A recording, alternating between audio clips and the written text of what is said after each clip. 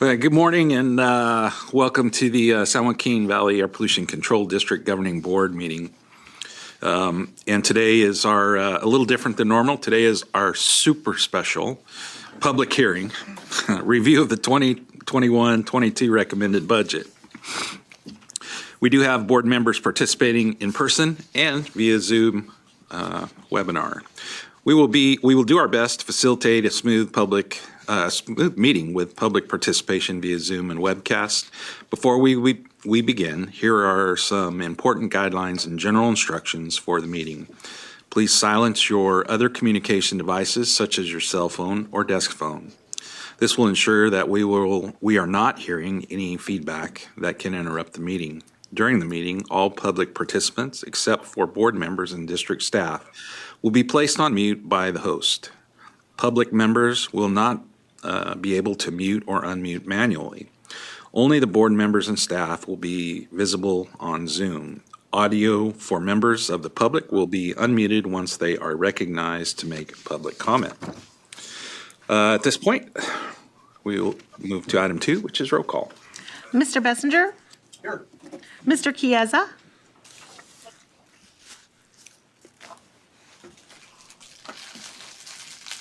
Mr. Chiesa?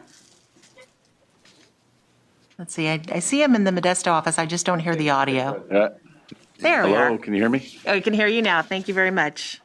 Mr. Couch? Here. Ms. Fagazi? Here. Ms. Lewis? Here. Dr. Pacheco Werner? Present. Mr. Mendez? Here. Mr. Pereira? Here. Mr. Preciado? Here. Mr. Reyes?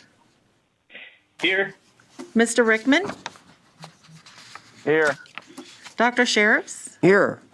Ms. Shucklian? Here. Mr. Wheeler? I woke up alive, so I must be here. Thank you. Mr. Peterson? And I am here as well. We have a quorum. Item number 3 is Pledge of Allegiance. Would you please join me in flag salute? Ready? Salute. I pledge allegiance to the flag of the United States of America and to the republic for which it stands, one nation, under God, indivisible, with liberty and justice for all.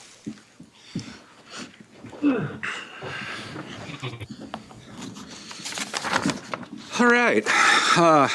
Just because of the length of the presentation today, I've decided to move item 5 up a little bit here in front of the presentation. So we'll go to public comment at this time. This time is made available for comments from the public on the matters within the jurisdiction of the board that are not on the agenda. It is requested that no comments be made during this time on items on the agenda.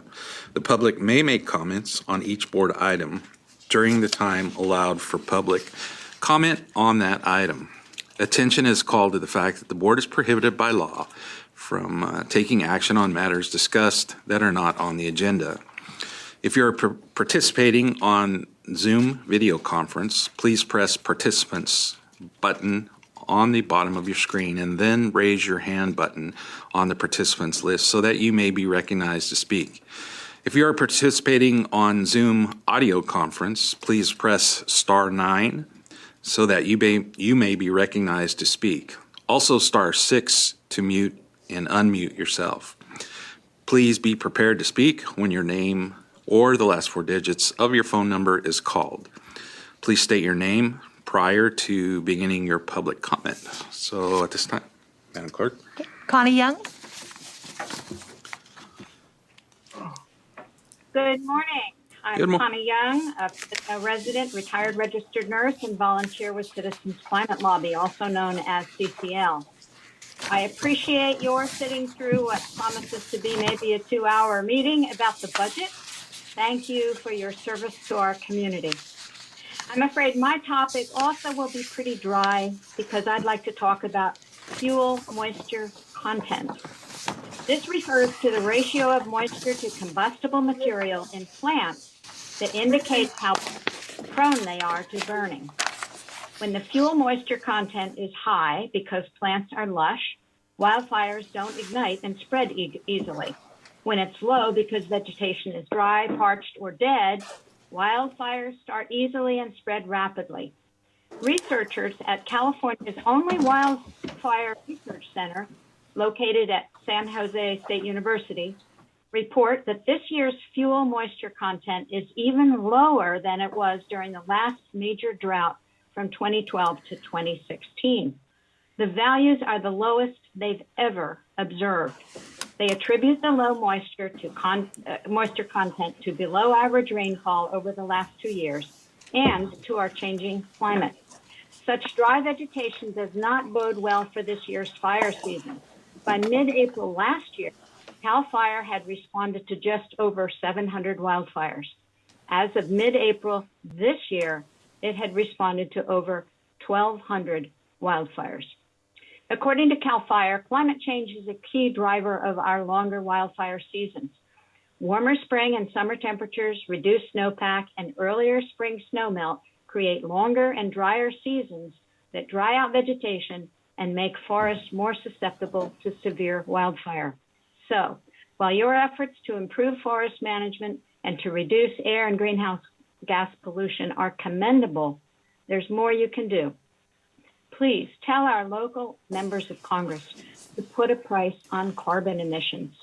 Many scientists and economists agree that this will be the most cost-effective way to rapidly bring down carbon emissions and slow climate change without harming the economy or imposing more punitive regulations. The Energy Innovation and Carbon Dividend Act, H.R. 2307, would reduce emissions by 40% in 5 years. California can't solve climate change by itself. Please support a national price on carbon pollution for the sake of our forests and for cleaner air. Thank you. Thank you. Next, we have Claire Statham. Good morning. I am Claire Statham, and as some of you may remember, I have a favorite topic for comment: the need for the Air District to ban residential wood burning in urban and suburban areas. Please note, I do not include rural areas. Last month, the district released a report on its winter residential wood smoke reduction strategy. The report opens by stating that residential wood burning is one of the valley's largest PM 2.5 during the winter months, and that, quote, prolonged inhalation of wood smoke contributes to a variety of health impacts. These two facts are why residential wood burning must be banned in urban and suburban areas. The report also notes that Rule 4901, the purpose of which is to establish a wood reduction strategy, was adopted in 1993. So despite many positive advances, almost 30 years after the district's wood smoke reduction strategy was adopted, residential wood burning remains one of the largest sources of directly emitted PM 2.5 during the winter months. So what's to be done to achieve the district's stated goal of, quote, transitioning away from wood burning? I have a number of practical suggestions I will share in future meetings, but at this point, I want to comment on a larger philosophical question. Is it acceptable for the district to ban residential wood burning, or would such a ban be an overreach and misuse of the district's regulatory power? I can imagine some outraged homeowners protesting that the government has no business telling me if I can or cannot have a fire in my own home. But the problem is that wood burning doesn't remain in one's own home. The smoke from that fire spills out of the chimney and hangs over nearby houses, forcing neighbors to breathe the fire. So whose freedoms are really being infringed? This issue was settled 26 years ago with respect to cigarette smoke. Those of us who live next to people who regularly burn fires are just as captive an audience to their toxic smoke as were the coworkers, diners, and travelers who once were subjected to cigarette smoke. The Air District is a public health agency. 20 years after adopting a wood smoke reduction strategy, it is time to bring residential wood burning to an end. If that seems like government intrusion into our lives, let's ask this question. Why should one person's wish to burn wood outweigh his neighbor's need to burn clean air? Thank you. Thank you. Next is Janet Dietz-Kamay.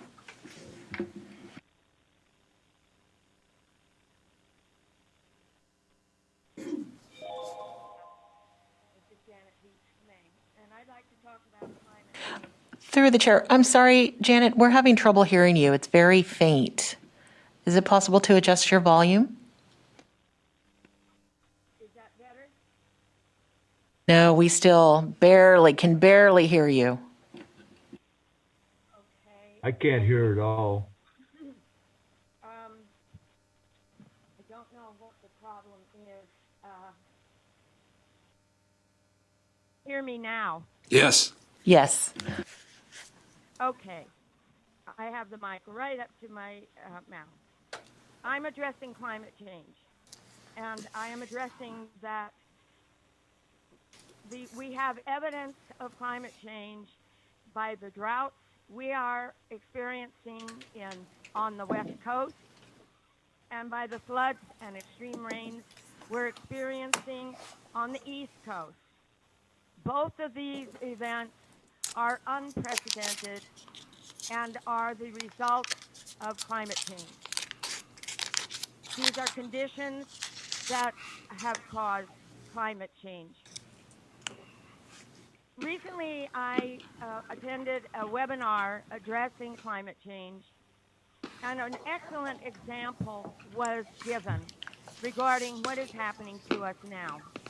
What is causing the temperatures to rise both in the air, around globally, and in the ocean. That example was, remember what it is like in a car when the windows are up, and how the temperature difference is between the outside air and the temperature in the car sitting in the sun with windows up. There is a definite difference in temperature. And that is what's happening to our Earth. The atmosphere is capturing, as a result of climate change, is capturing heat, just as happens on the interior of a car sitting in the sun with windows up. This is what is raising the temperatures globally and raising the temperatures in our ocean. Climate change is affecting us with drought on the West Coast and extreme rain on the East Coast. And it is affecting globally areas of the Earth in similar ways. We need to address climate change. Please work with the people in Sacramento, with our law representatives and assemblymen and senators. Please work with them on addressing this very important situation we are now in, so that we can stop the progress and maybe even reverse what has been happening to us. Thank you. Thank you. Through the chair, I see no additional public comment on this item. Item number 4 is public hearing for review and comment on District's 2021-22 recommended budget. Good morning, Mr. Chair, board members. I'd like to quickly introduce this item and move forward with the presentation. And I'd like to start by just providing a quick overview of the budget process. Under board policy, the first step is to hold the Governing Board Ad Hoc Budget Subcommittee, which is intended to help guide development of the district's budget. This meeting was actually held on April 1st of this year, last month, and I just wanted to first just give a big thank you to the subcommittee members that were part of that meeting, starting with you, Mr. Chair Peterson, Supervisor Wheeler, Mayor Preciado, Supervisor Shucklian, and Mayor Pro Tem Lewis. All of you spent quite a bit of time with staff going over the recommended budget, and really appreciate your time and commitment to the process. So after the budget subcommittee, which is where we are today under state law, in May, your board holds the first of 2 public hearings to discuss the budget, with the first hearing, again, today's hearing, being held today for the exclusive purpose of allowing the public an opportunity to comment on the budget with no action by your board. So today's hearing is really to go through the draft recommended budget and basically take public comment and have also an opportunity to talk with the board and answer any questions that you may have about the budget. That's followed by the second required hearing that is in June, and that is where the board would consider adoption of the proposed budget.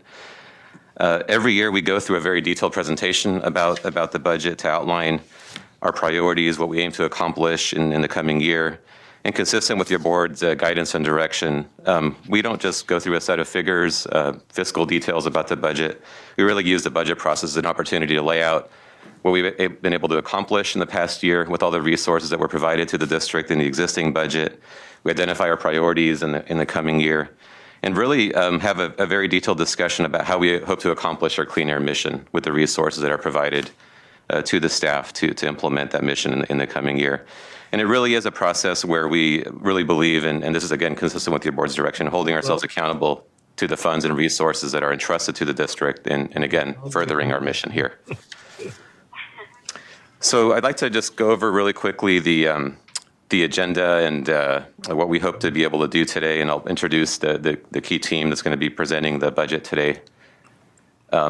First, we're going to start with a look back for the current year and this past year in terms of what we've been able to accomplish with the resources that we've been provided. We're going to go over the guiding principles for the upcoming budget and share with you, what basically went into putting together the budget, the outlook for the coming year, the highlights in terms of what's in the budget, talk about the workload in the context of the budget, the efficiencies and streamlining that we're putting into place, and the spending plan. One of the big focus areas of the budget is talking about the incentive funds that we're able to advocate for every year, how we plan on spending those funds, and then of course go through all the very detailed discussion around the revenues and expenditures in the budget. In presenting the budget, I'm going to go back up a slide here. I just want to introduce the team that's worked really hard in pulling this budget together. Morgan Lambert is going to be talking about the projected workload. He's one of our Deputy Air Pollution Control Officers. Ryan Hayashi, another Deputy Air Pollution Control Officer, will talk about the efficiencies and streamlining that we're using to guide and help manage the workload that we see coming our way. We have Shiraz Gill, who's another Deputy Air Pollution Control Officer, talking about our spending plan for the incentive programs. And then, of course, in our finance team, you've got Mary Barati, our Director of Administrative Services, and Ryan Buchanan, the Controller, who are really them and their team, the engines behind pulling this budget together. I'm just really proud of our staff and all the hard work that they do every year to make sure that we have a solid budget and are able to present what I, again, am proud to lay out before the public and the board, a very well thought out budget for your discussion today. So I'm going to start, as I just went through in the agenda there, with a discussion about our prior year achievements and what we've been able to do with the resources that were entrusted to the Air District in this prior year. And of course, we start with our focus on excellent customer service. We are a service provider. We're a public health agency who is very much an important part of the fabric of the Valley in a number of different ways. We have a very strong set of regulations, so we provide a high level of service to our regulated sources as well as to the general public. And of course, the board is more than aware of the very important role that we play in serving the public in so many different ways. This last year, I'm very happy to report that we maintained a very strong focus on this area. And once again, I'm very, very proud to say that we do receive a lot of praise and a lot of appreciation from those that we work with out in the public, and are able to maintain that very excellent customer service, even during a very difficult, pandemic set of circumstances. And you've heard a lot about what we've been able to do here, going virtual and doing, many things to really make sure that there's no interruption in the service that we provide. We've also continued to work to foster an effective engagement with the residents, the businesses, local community organizations, public agencies, others that we work with and serve in the Valley to support our new clean air strategies and advocate for resources. And of course, we're in the middle of that right now, for example, with the state budget process. This is something that we really, take to heart and really understand how much more effective our mission implementation is when we work with people and really try to build coalitions and partnerships to be able to move forward our clean air objectives. Of course, at the end of the day, what we try to do, what we aim to do is to reduce emissions, to reduce air pollution and improve air quality. I'm very proud and happy to report that we, once again, are able to fulfill and exceed all of our state and federal mandates in a timely fashion through ingenuity, creativity, innovation, to keep costs as low as possible while as you can see in the figures here, getting all the emissions reductions that we need as we move forward with trying to meet all of our health-based standards. And you'll see the numbers here on the slide. The NOx reductions are 99% above our target, VOC reduction 17% above our target, and PM2.5, direct PM2.5 reductions 99% above our target. So we continue to be effective in moving forward the strategies that are all aimed at reducing air pollution. We also, as part of that, successfully implemented and enforced all of our rules and regulations. So this is every day we work with our regulated sources to make sure that we're moving forward with all the rules that are in place. And I think once again, and that takes a lot of work to do outreach, education, tough enforcement program. We were able to this last year keep moving forward with that and successfully do so, while also maintaining the lowest permit fees out there. We're very efficient in how we operate and the lowest administrative overhead. And I think it's that that approach that we use in terms of looking for those efficiencies that really helps maintain those lower fees than other air districts are able to provide. And so overall, the end result of these ongoing air pollution reduction efforts are improved air quality, and that's what we're all looking for. That's our mission, is to improve the air quality. And while there's still many remaining challenges, it's really important that we talk and point to the success that we've had in improving air quality. We've seen continued improvements, even with some of the challenges that we've seen. For example, with respect to wildfires, overall, the trend continues to be a positive trend. It validates and really reinforces the importance of reducing air pollution. When you see that those reductions in air pollution translate to improved air quality. And just to give you a couple of the big examples of where we've seen these improvements, the two big areas that we focus on are ozone and PM2.5. So in 2020, this last calendar year, we experienced our lowest federal 8-hour ozone design value, which is the federal measurement for looking at how we're progressing against the federal standards, the lowest one on record, excluding, of course, the exceptional events that we saw during the summer, the wildfire impacts. That demonstrates a greater than 90% progress towards meeting the 84 part per billion standard. This is a standard that we've been working on now for over 15 years, really looking at meeting that standard by our 2023 deadline. We're seeing a very good trend towards meeting that standard, and based on us and CARB's projections on where we are relative to that standard, we anticipate attaining that standard by the 2023 deadline based on the progress that we've seen. And overall, what you've seen is an over 90% reduction in the population's exposure to those high levels of ozone. So as you look throughout the valley and you see where we're still having those few areas that are not quite there yet, the vast majority of the valley is actually seeing reductions in those ozone concentrations to where we're no longer experiencing those values at that 84 part per billion standard. Now, with respect to PM2.5, which is our wintertime issue, and you heard earlier a few comments related to the ongoing work in addressing PM2.5 during the wintertime, we've seen very significant progress over the years. So for the fourth winter in a row, for example, we actually had zero exceedances of the 65 microgram daily standard. This is a standard where on a typical winter, just 10, 15 years ago, we would see multiple days where we would be seeing concentrations above that standard. For 4 years in a row now, we're no longer seeing that level of concentration. So we've seen a 75% reduction in the number of county days. So throughout the valley, that's a good measure of population exposure being reduced. 75% reduction in the number of days over the 35 microgram standard relative to where we were, and a continued positive trend in terms of our annual design value. So while there's still some significant remaining challenges, it's really important, again, that we recognize the reductions that we've seen, and that really helps support the ongoing work that we have that you'll hear more about here in a little bit with respect to the priority in the coming year. And on that point, so last year, we, as you know, the board, in adopting the 2018 PM2.5 plan, we worked very hard this last year to implement this plan. There are a number of strategies that are included in this plan. Again, in an environment where the COVID-19 pandemic, of course, made that even more challenging, and also highlighted the importance of moving forward with these strategies. There's a number of things that your board took action on this last year. We, for example, worked very hard to implement the new residential wood burning strategy. that, as you know, is the most stringent regulation out there. It's a comprehensive wood smoke reduction strategy. It's not only regulatory, there's incentive-based, there's outreach and education. And we saw more no-burn days throughout the valley, while increasing, obviously, our efforts to educate the public about the importance of reducing wood smoke. And as part of that, for example, very strong campaign to really highlight the health effects that are related with wood smoke, and really trying to encourage residents to take that into account when they considered, for example, burning wood during the wintertime. We implemented the new lower emitting nut harvester incentive program this last year. This was part of your board's action on the PM 2.5 plan. The new Alternatives to Ag open burning incentive program, and you've heard a lot about that in the last several months as that relates to the phase-out strategy that's being developed here in the coming months. We adopted amendments to our flare regulation, 4311. Your board adopted amendments to our boiler, steam generator, and process heater regulations, 4306 and 4320. Your board adopted the under-fire charbroiler emission reduction strategy.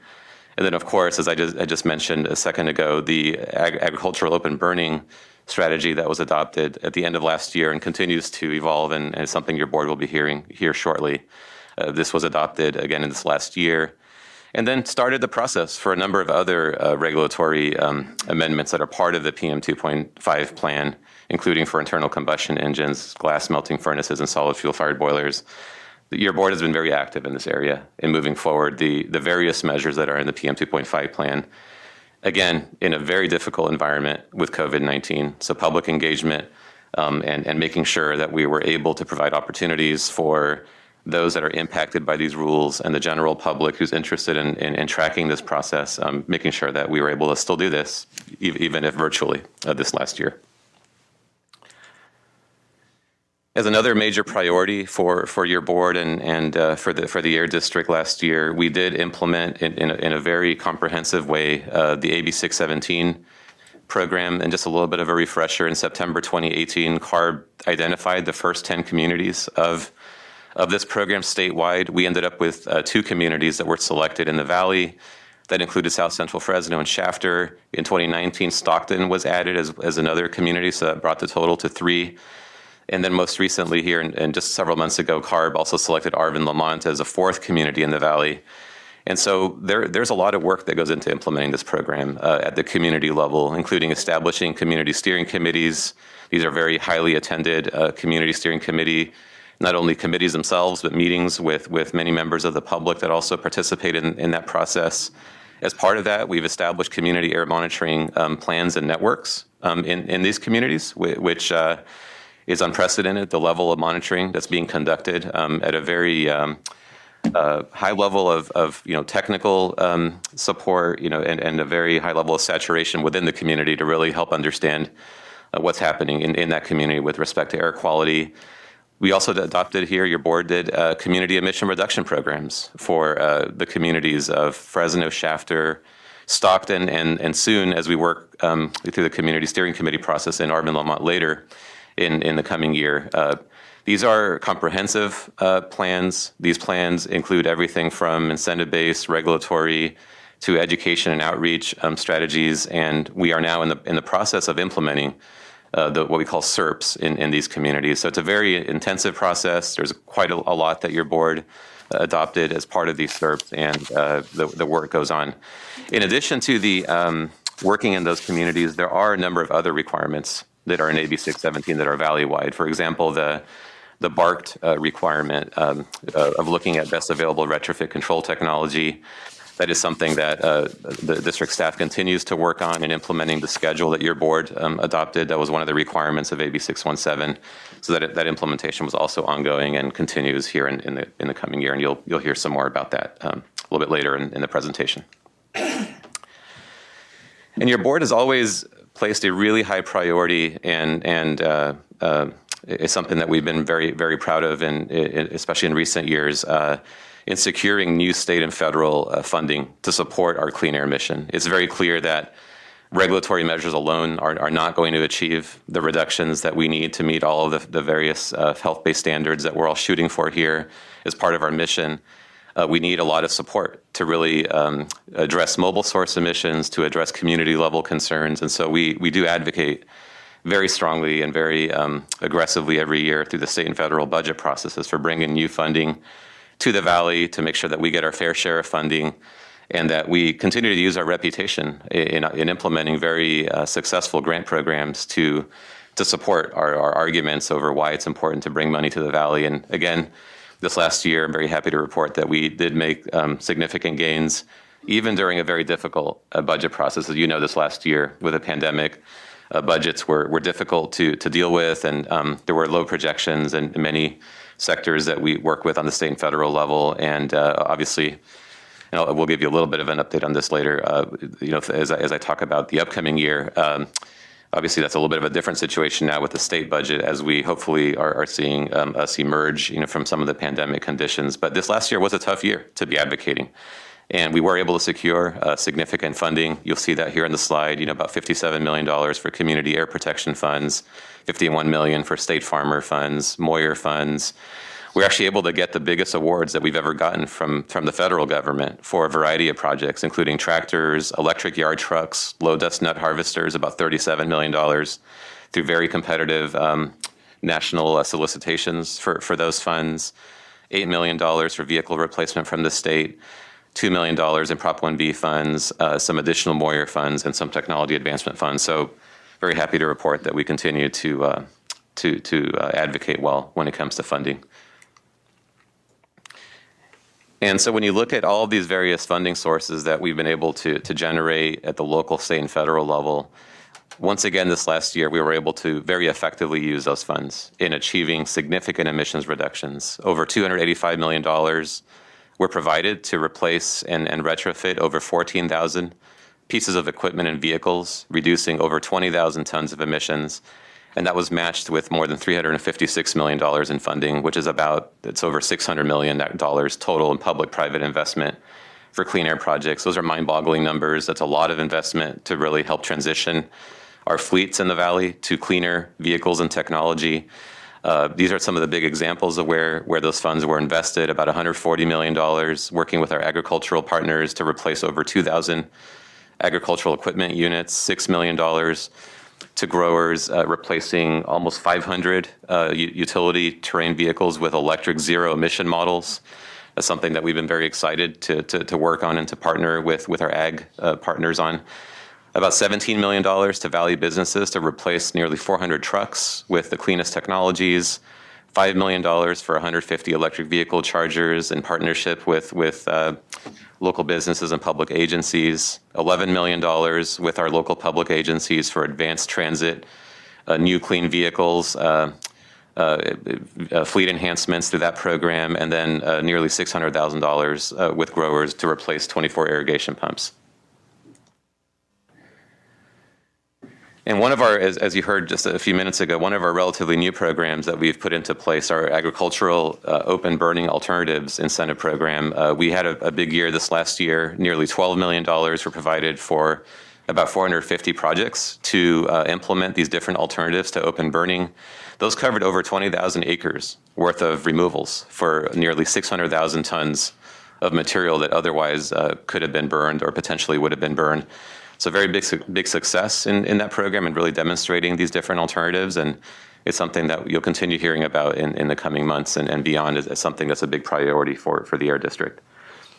About $5 million were used this last year to replace 12 school buses, $2 million to replace 16 diesel yard trucks with electric trucks, another exciting opportunity that we're continuing to see how we can grow into the coming year. About $8 million for Valley dairies to electrify their feed mixing operations. So another one of those innovative opportunities that we've been able to, again, seek partnerships with our Valley dairies on. About $19 million for locomotive replacement projects and about $32 million of statewide Volkswagen mitigation funding to replace 74 school buses. And that's just to remind the board and the public, we run the statewide program there for school and transit buses, electric bus replacement program. So something we're very proud of and are seeing very significant demand as we move forward with implementation of that program. And one of the big areas that your board has placed as a priority in developing our spending plan for our incentive program has been working with our Valley residents to really empower them and get them involved in cleaning up the air and addressing quality of life issues as well as we work with them to provide these different grants. So one of the big examples of that is the $7 million that were provided this last year to repair more than 9,000 vehicles through the district's Drive Clean in the San Joaquin program, the Tune and Tune Up program component of that program. Something, obviously this board has been very supportive of, and it's one of those big game changer, type programs when it comes to our residents, really empowering them and helping clean up the air while helping their family situations. And so we're very proud of that and saw a big year this last year, $7 million to replace nearly 800 vehicles through that same program. So not only repairing vehicles, but also now replacing vehicles, all during, again, the COVID-19 pandemic challenges in terms of outreach and working with residents, even if virtually at times. So very proud of that. We continued a strong rebate program, the $5.9 million in rebates to residents for over 2,000 clean vehicles. We continued promoting van pools with about $300,000 for various van pool vouchers that were provided, about $10 million this last year to replace 4,000 high-polluting wood devices, primarily the vast majority of those replacement being natural gas units and actually eliminating wood-burning units. So that's the biggest year that we've seen with that program. It's a huge amount of units that were addressed, and we continue to see that as a priority in the coming year, and it's something that has been a part of that comprehensive wood smoke reduction strategy that I mentioned earlier. And then, of course, getting rid of old gas-burning lawnmowers. That's something that we continue providing very streamlined, voucher process for residents to upgrade to electric mowers and other landscaping equipment. And then moving on to another one of your board's very high priorities, which is engaging with the public, educating the public on air quality, how they can be involved, the challenges, the opportunities that we have moving forward. This has been a very strong and very high priority area for us, again, this last year in developing these campaigns to really promote those board priorities. Very happy to report that once again, we did implement comprehensive strategy in this area with very, very strong priority in providing these various campaigns in both English and Spanish. A lot of focus on students and parents and teachers through the Healthy Air Living Schools program that your board has constantly made a very high priority for us, just given the opportunities, the natural opportunities there in working with our schools. The tools that we've continued to evolve and the messaging around what tools are available to empower residents to understand air quality and to take actions, when there are episodes and to really take advantage of what's becoming, quite a bit of information out there in the public regarding air quality. And then, of course, we have the summer campaign and the winter campaign to encourage residents to take actions to reduce air pollution, and those are still both very high priorities for us, and really just tailoring the messaging around the specifics around each of those periods of the year, and then just being involved in the community, just involvement in events. There's many partners that we work with up and down the valley. Obviously, a lot of geography here, a lot of different exciting things that are going on, throughout the valley, and we just constantly look for opportunities to really leverage those events and those initiatives to promote air quality programs and really support what we're trying to do here in implementing our mission. A lot of outreach through radio, TV, print, other media outlets, and then, of course, social media has become another, as everybody here knows, a big opportunity for us in terms of how to get our message across. There are various press events, even if virtual at times. We certainly try to tailor our approach to still get the word out when something exciting happens, when a local business does something really great in terms of maybe implementing a clean air technology, or we launch a program. We still definitely want to get the word out about that and really hold those up as models for others to look at. And then, of course, the annual report to the community has been a big success again this last year. It's a comprehensive report, and thanks to Mayor Preciado's idea on this, that's now provided in Spanish in addition to English, and that's become the norm and something that we put a lot of energy into providing that every year. And your board has always been proactive, when it comes to addressing our challenges. This region is unique in terms of the various factors that make the air quality problem such a challenging environment for us, and that requires being proactive. We can't afford to just simply react to mandates or opportunities that may or may not present themselves. Your board always has looked at ways to get ahead of issues, just understanding how difficult the air quality problem is here. And so that includes, for example, the wildfire reduction strategy that your board has had in place for a number of years. And that, fortunately, I think now with the challenges that we've seen with wildfires, you're seeing, a lot more movement at the state and federal level from funding, from a policy perspective. So we once again implemented our role in that this last year in really looking for opportunities to promote prescribed burning, other land management practices. I think your board is really ahead on those issues, and that's really, our district, I think, is leading when it comes to our policies as they relate to prescribed burning and really promoting that and showing others, how that could be done. We've also continued, these are just examples of where, your board's been very proactive, but the Chamber of Commerce partnerships, your board just heard, again, supported the funding that goes into promoting these green teams that, really get the businesses involved in recycling, energy efficiency, air quality, education. Your board supported enhanced coordination with our county public health officers. This is an area where, obviously, I think when you look at the public health officers' priorities this last year, COVID-19 certainly, I think, took a lot of the oxygen out of the room. But with the wildfire season here upon us again, and really that driving a lot of this conversation when we put this initiative together, we are circling back with them again and really just looking for opportunities to be on point regarding messaging, how to respond, when you see wildfire impacts. There's certainly a lot of opportunities in partnering closely with our health officers, and that's something that we're continuing to pursue. And then, of course, scientific research and really having good, especially valley-based data available to support, inform our strategies, make sure that what we do is based on science, is something that your board has always placed a high priority on. And so there certainly were efforts through our very competent staff here to keep pushing, some of these priorities and working with our state federal partners. For example, enhancing the agricultural equipment emissions inventory, understanding, getting better understanding of where those, what the fleets look like and what the emissions look like is something that we helped support this last year.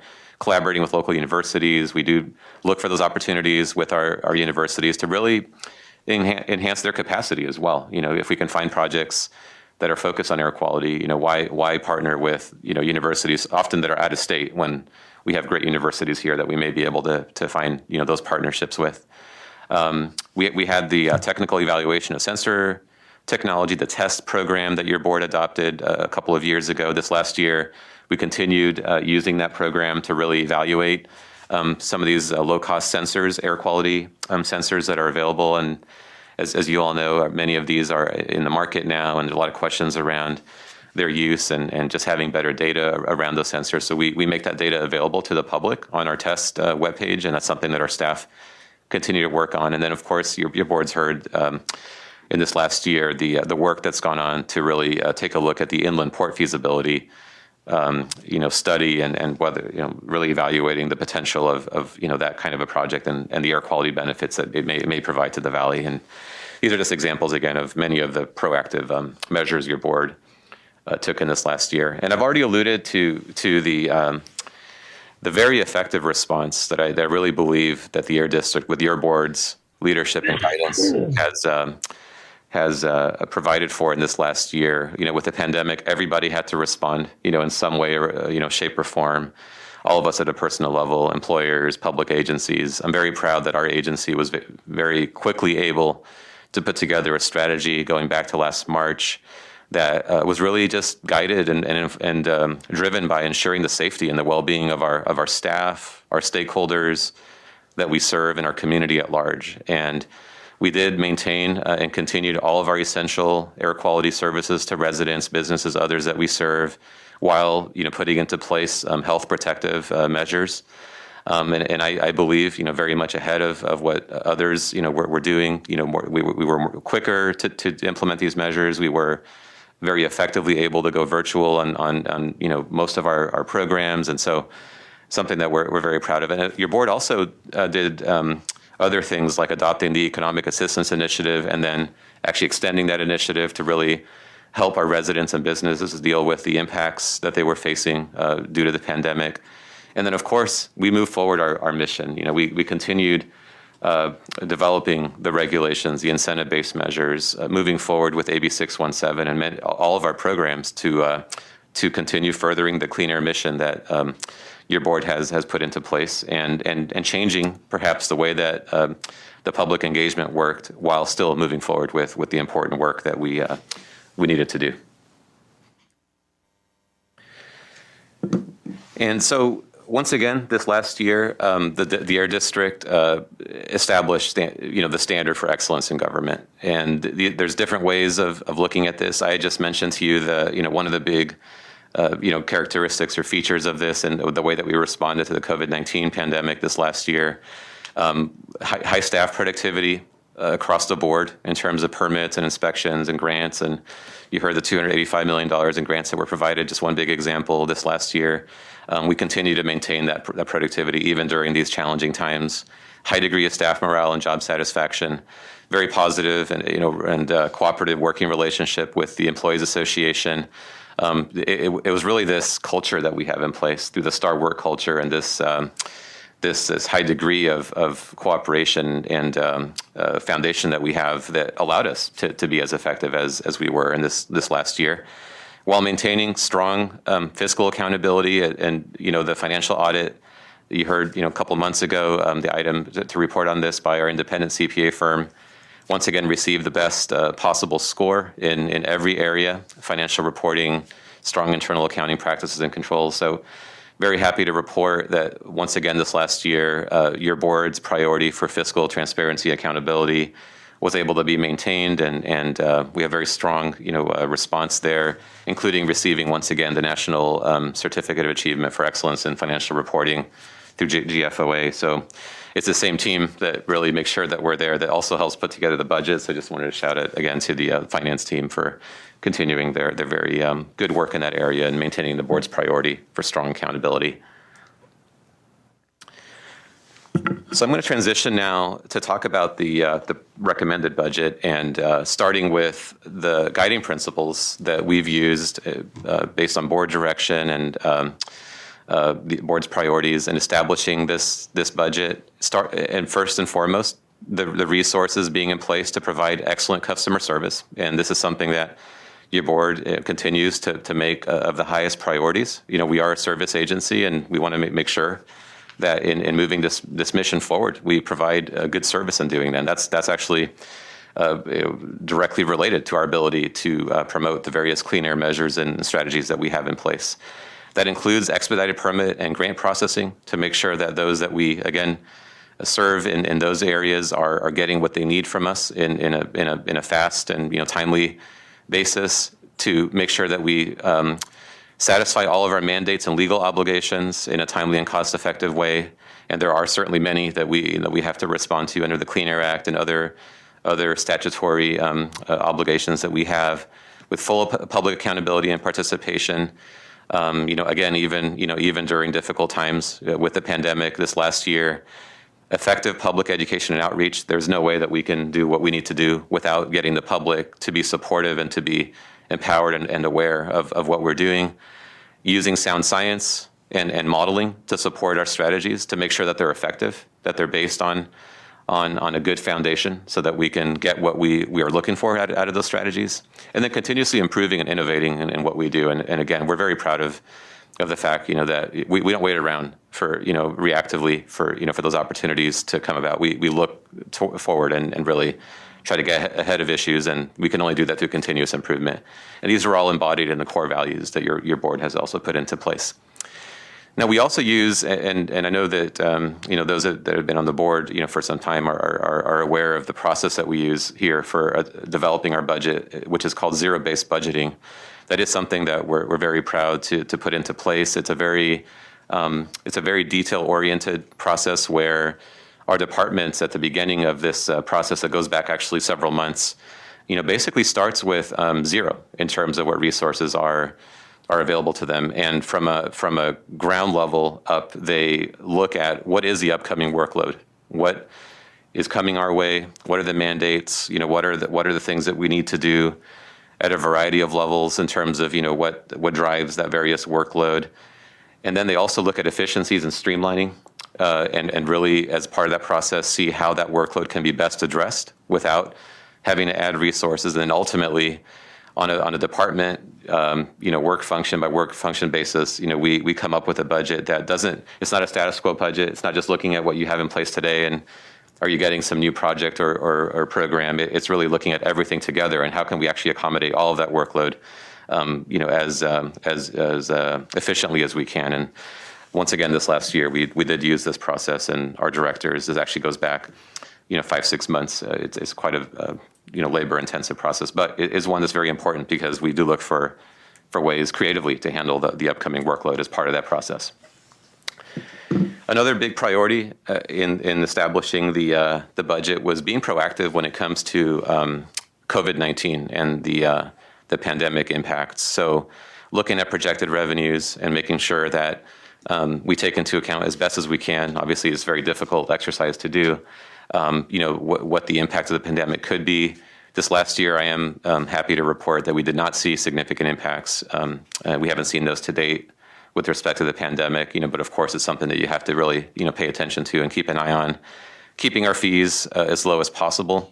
And again, as I mentioned before, we do have the lowest permit fees amongst the major air districts, and so we always want to be efficient and really maintain that as much as we can.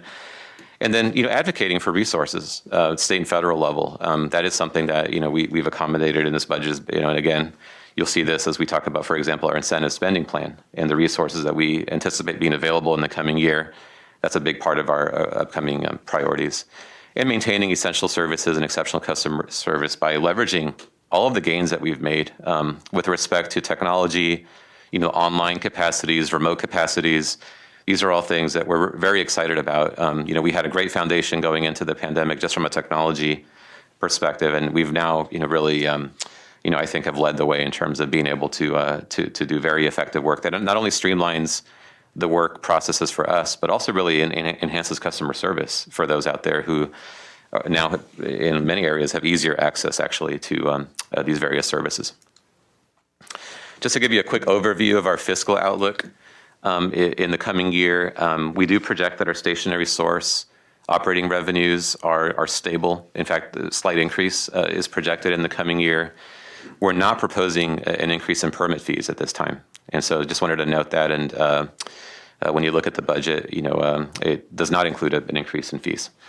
And I just wanted to note also that our revenues, as I know, the board members are aware, are not dependent on sales, property, occupancy taxes, a way that many city or county budgets may be. And I think that's part of where, when you look at the stability of the revenues and how our budget is essentially put together, it's just important that that distinction be drawn, and just from how we as a public agency operate versus what you may also see out there in terms of municipal type governments. We do project, kind of related to that, our state and federal operating grants are stable. So for one of the big examples is the EPA 103 and 105 grants. We haven't seen any issues with those grants. In fact, actually a slight uptick in the coming year. And then there's significant funding and workload that's associated with our incentive funding that we continue to advocate for. So with more money comes more work to implement those grants. I think that's a pretty clear function or attribute that comes with having increased funding. And we do anticipate quite a bit of revenue coming from the state, for example, and that's incorporated into our budget. There is administrative resources that come along with these state grants that are designed to offset the cost of implementing those programs. So as we talk about these, just wanted to note that every one of these state grants comes with administrative resources to implement those grants.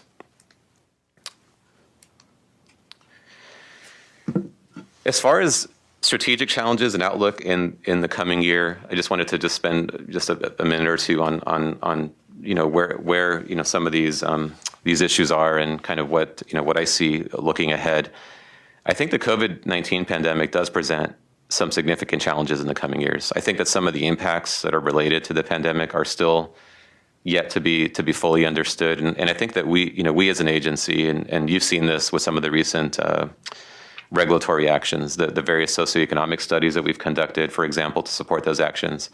I think as an agency, we need to be cognizant of those impacts as we think about some of the upcoming rules and other strategies that we have in place to make sure that we fully understand what those economic impacts are and still accomplish our goals, even with what could be impacts depending on the sector that we're talking about. I think it's something that we just have to keep an eye on in the coming year and beyond. We also have to be very effective in our engagement with stakeholders to make sure that, to the extent that there is something that needs to be considered in developing any of our processes or strategies in the coming year and beyond, that we have an opportunity to work with stakeholders on understanding, what those dynamics are. And we need to keep moving forward in this coming year to reduce air pollution through implementation of our plans. I talked a lot about the progress that we've made. We do have a lot of work coming in the next year and beyond. For example, our 2018 PM 2.5 plan has many measures in it and many commitments that we're working on, that CARB is working on. These are all going to be important to continue reducing air pollution, very creatively with, the ongoing priority in developing, creative strategies around these various measures. We have a new ozone plan that you've heard from here in these last couple of months that needs to be adopted in the coming year. That's going to require, quite a bit of resource and innovation to put that plan into place. And a wide range of new rules and incentive programs that come out of all of this effort. And just again, to update you and remind the board and the public, that's going to require a lot of funding. It's about $1 billion per year to 2025 is what the price tag is on implementing the measures that are, for example, in the PM 2.5 plan to be able to meet these standards. So it's a lot of work in the coming year. And it's going to be very important that we keep placing a high priority on implementing those various strategies. Part of that is going to be working with CARB and EPA on a variety of fronts to address mobile sources under their jurisdiction. We know that the majority of emissions in the valley come from mobile sources. While we're working on many strategies at the local level to do what we can, with those sources that fall under our jurisdiction, it's going to be very important that CARB and EPA continue to work on addressing mobile sources that they control, that we actually have no direct regulatory jurisdiction over. And that's also going to include expediting their action on our plans, our measures, moving forward with all of the various submissions, the submittals that the board here adopts and puts together. We need to keep, working with them to expedite and move forward with those. We need solutions to address, various Clean Air Act requirements associated with, developing the plans, exceptional events, documenting those, making sure that we're not negatively impacted by wildfires or other exceptional events when it comes to demonstrating attainment with these health-based standards and other Clean Air Act requirements. This is something that's going to be a big priority in the coming year, and it only keeps getting more complicated as more standards get adopted and new ozone plan on the way. So it's just going to be very important that we stay in very close coordination with EPA and CARB and look for the best solutions possible to address all of those very extensive Clean Air Act requirements. We're also going to need to work very closely with our disadvantaged communities, consistent, with your board's adopted environmental justice strategy. There's a lot of opportunities and work that's ongoing and really understanding and unpacking, how we can be, most effective in really addressing the concerns and the impacts that we've seen in our disadvantaged communities. That includes AB 617 implementation, but it's not limited to AB 617. There's obviously a lot more work that goes on in partnering at a community level, beyond, the AB 617 programs. That thing that I see in the coming year is a continued high priority for us and really looking for those opportunities and building even closer, partnerships with communities throughout the valley. And then, something that you've heard about in this last year, it's a big priority and something that I see as a very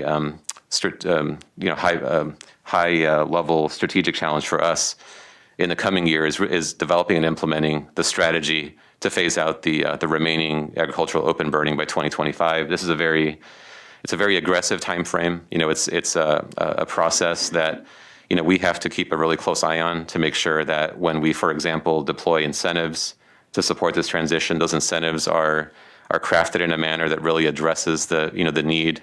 It's going to be it's a tall order, for the agricultural community to be able to do this in the next couple of years, and we have to really pay attention to that strategy and be as effective as we can to support it. And then lastly, again, as I've mentioned before, and it's something that I just can't overstate, which is the importance of public education, to communicate to our residents the air quality progress that we've made. The air today is cleaner than it's ever been, and the public needs to understand that, and really, in a very complicated environment where it actually isn't necessarily apparent to somebody out there who's now perhaps interested in the air quality issues, and we're seeing that interest only increase year after year after year. It's very important that we communicate that the progress that we've made, that it's definitely cleaner today than it's ever been, but also the fact that it needs to get better and that we need to keep working hard to improve the air quality, that we need their support. And here are different ways that the public can be involved in supporting that clean air mission. I can't overstate, again, the importance of strong public education and outreach to help communicate that message.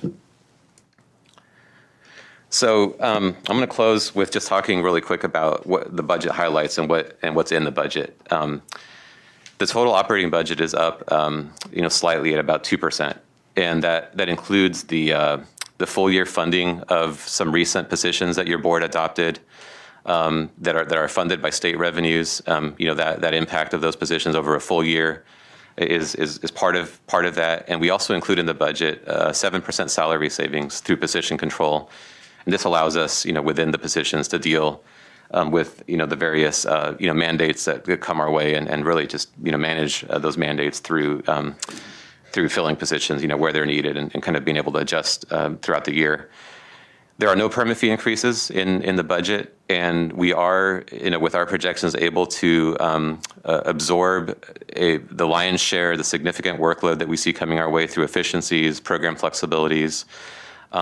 We again maintain a priority on strong publication and outreach, and that's included in this budget.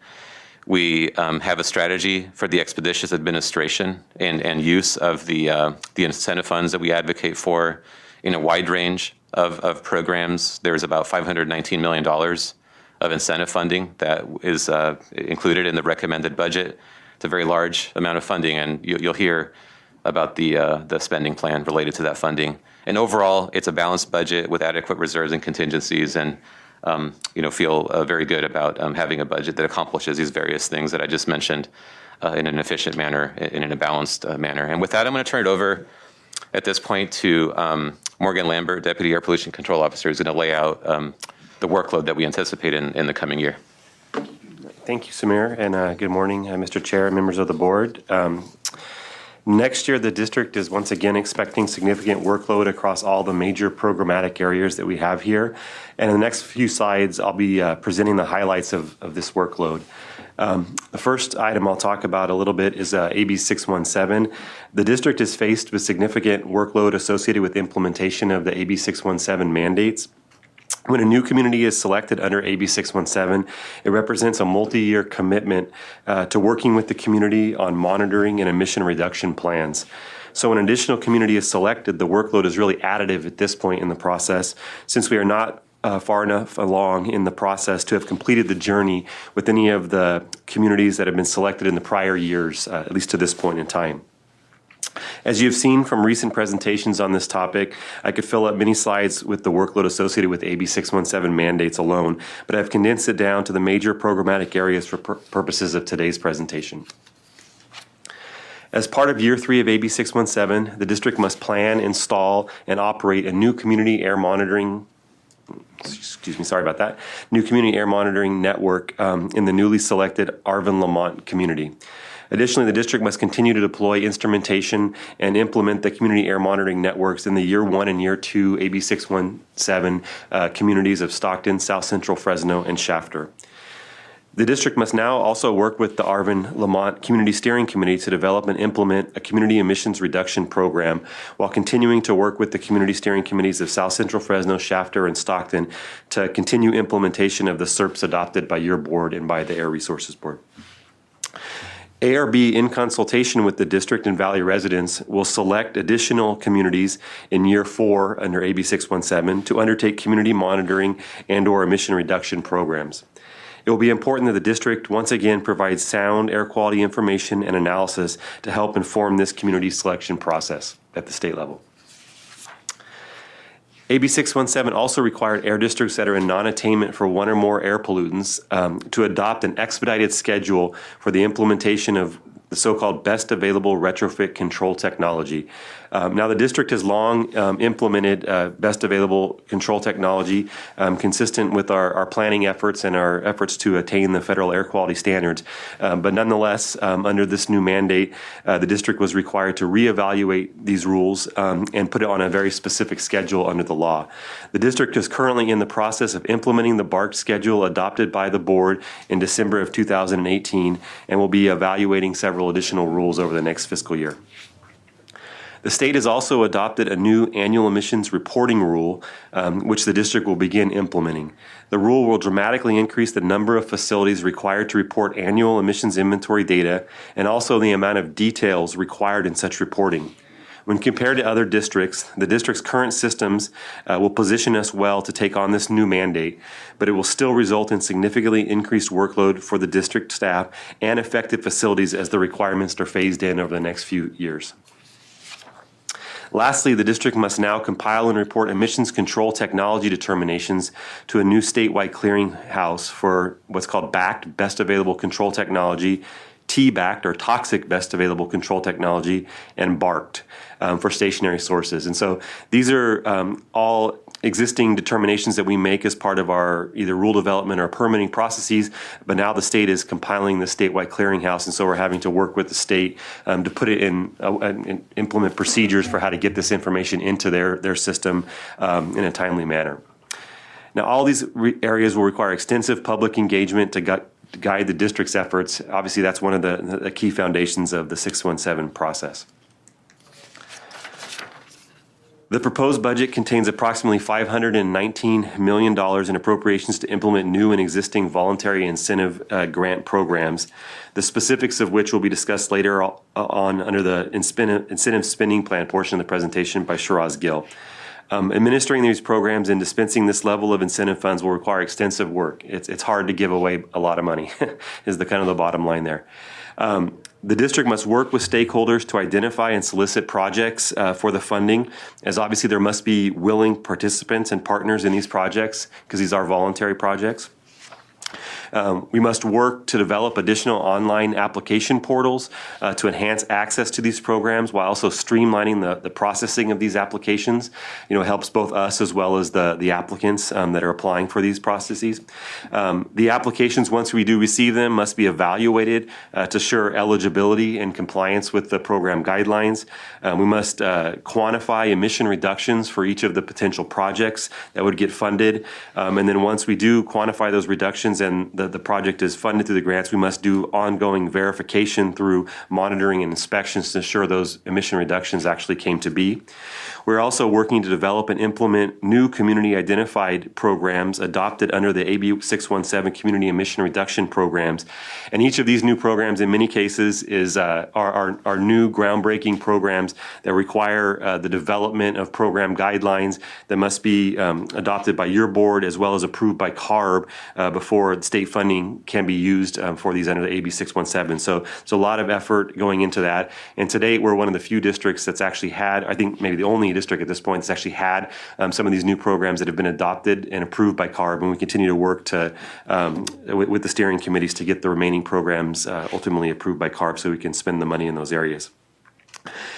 And for much of the funding, the enabling legislation that comes with this imposes ambitious deadlines for liquidation of the funds, which means that we do not have a lot of time to get the money out the door. So a lot of effort needs to go into making sure that we have the programs up and running, we're able to solicit applicants and partners for the money, and then obviously get them through the process and get the projects funded and implemented. In terms of the planning efforts that we're going through on the 2018 PM 2.5 plan, with the adoption of that plan, the district is now in the process of implementing the commitments contained within the plan. Extensive public engagement is necessary as we move forward with developing the new control measures included in the plan. Each of these control measures takes, multiple thousands of hours to work through, both the research associated with it, the technical analyses that go into putting together the potential technology options and emission reduction strategies, and then obviously working with the regulated entities and then the public stakeholders at large as we go through the process of developing and turning these concepts that are in the plan into actual regulatory strategies that come forth in a rule or other package. Focus areas for this year's will include internal combustion engines, solid fuel fire boilers, glass furnaces, and conservation management practices. To date, the EPA has approved the portion of the plan for the 2006 PM 2.5 standard and is in the process of reviewing the portions of the plan pertaining to the 1997 standard and the 2012 PM 2.5 standard. So over the next year, the district will be working with CARB to prepare additional technical analyses and amendments as necessary to hopefully secure EPA approval of these portions of the plan as well. The district, along with a coalition of stakeholders, will also need to work hard at the state and federal level to secure and administer the significant levels of incentive funding necessary for the emission reductions called for in this plan.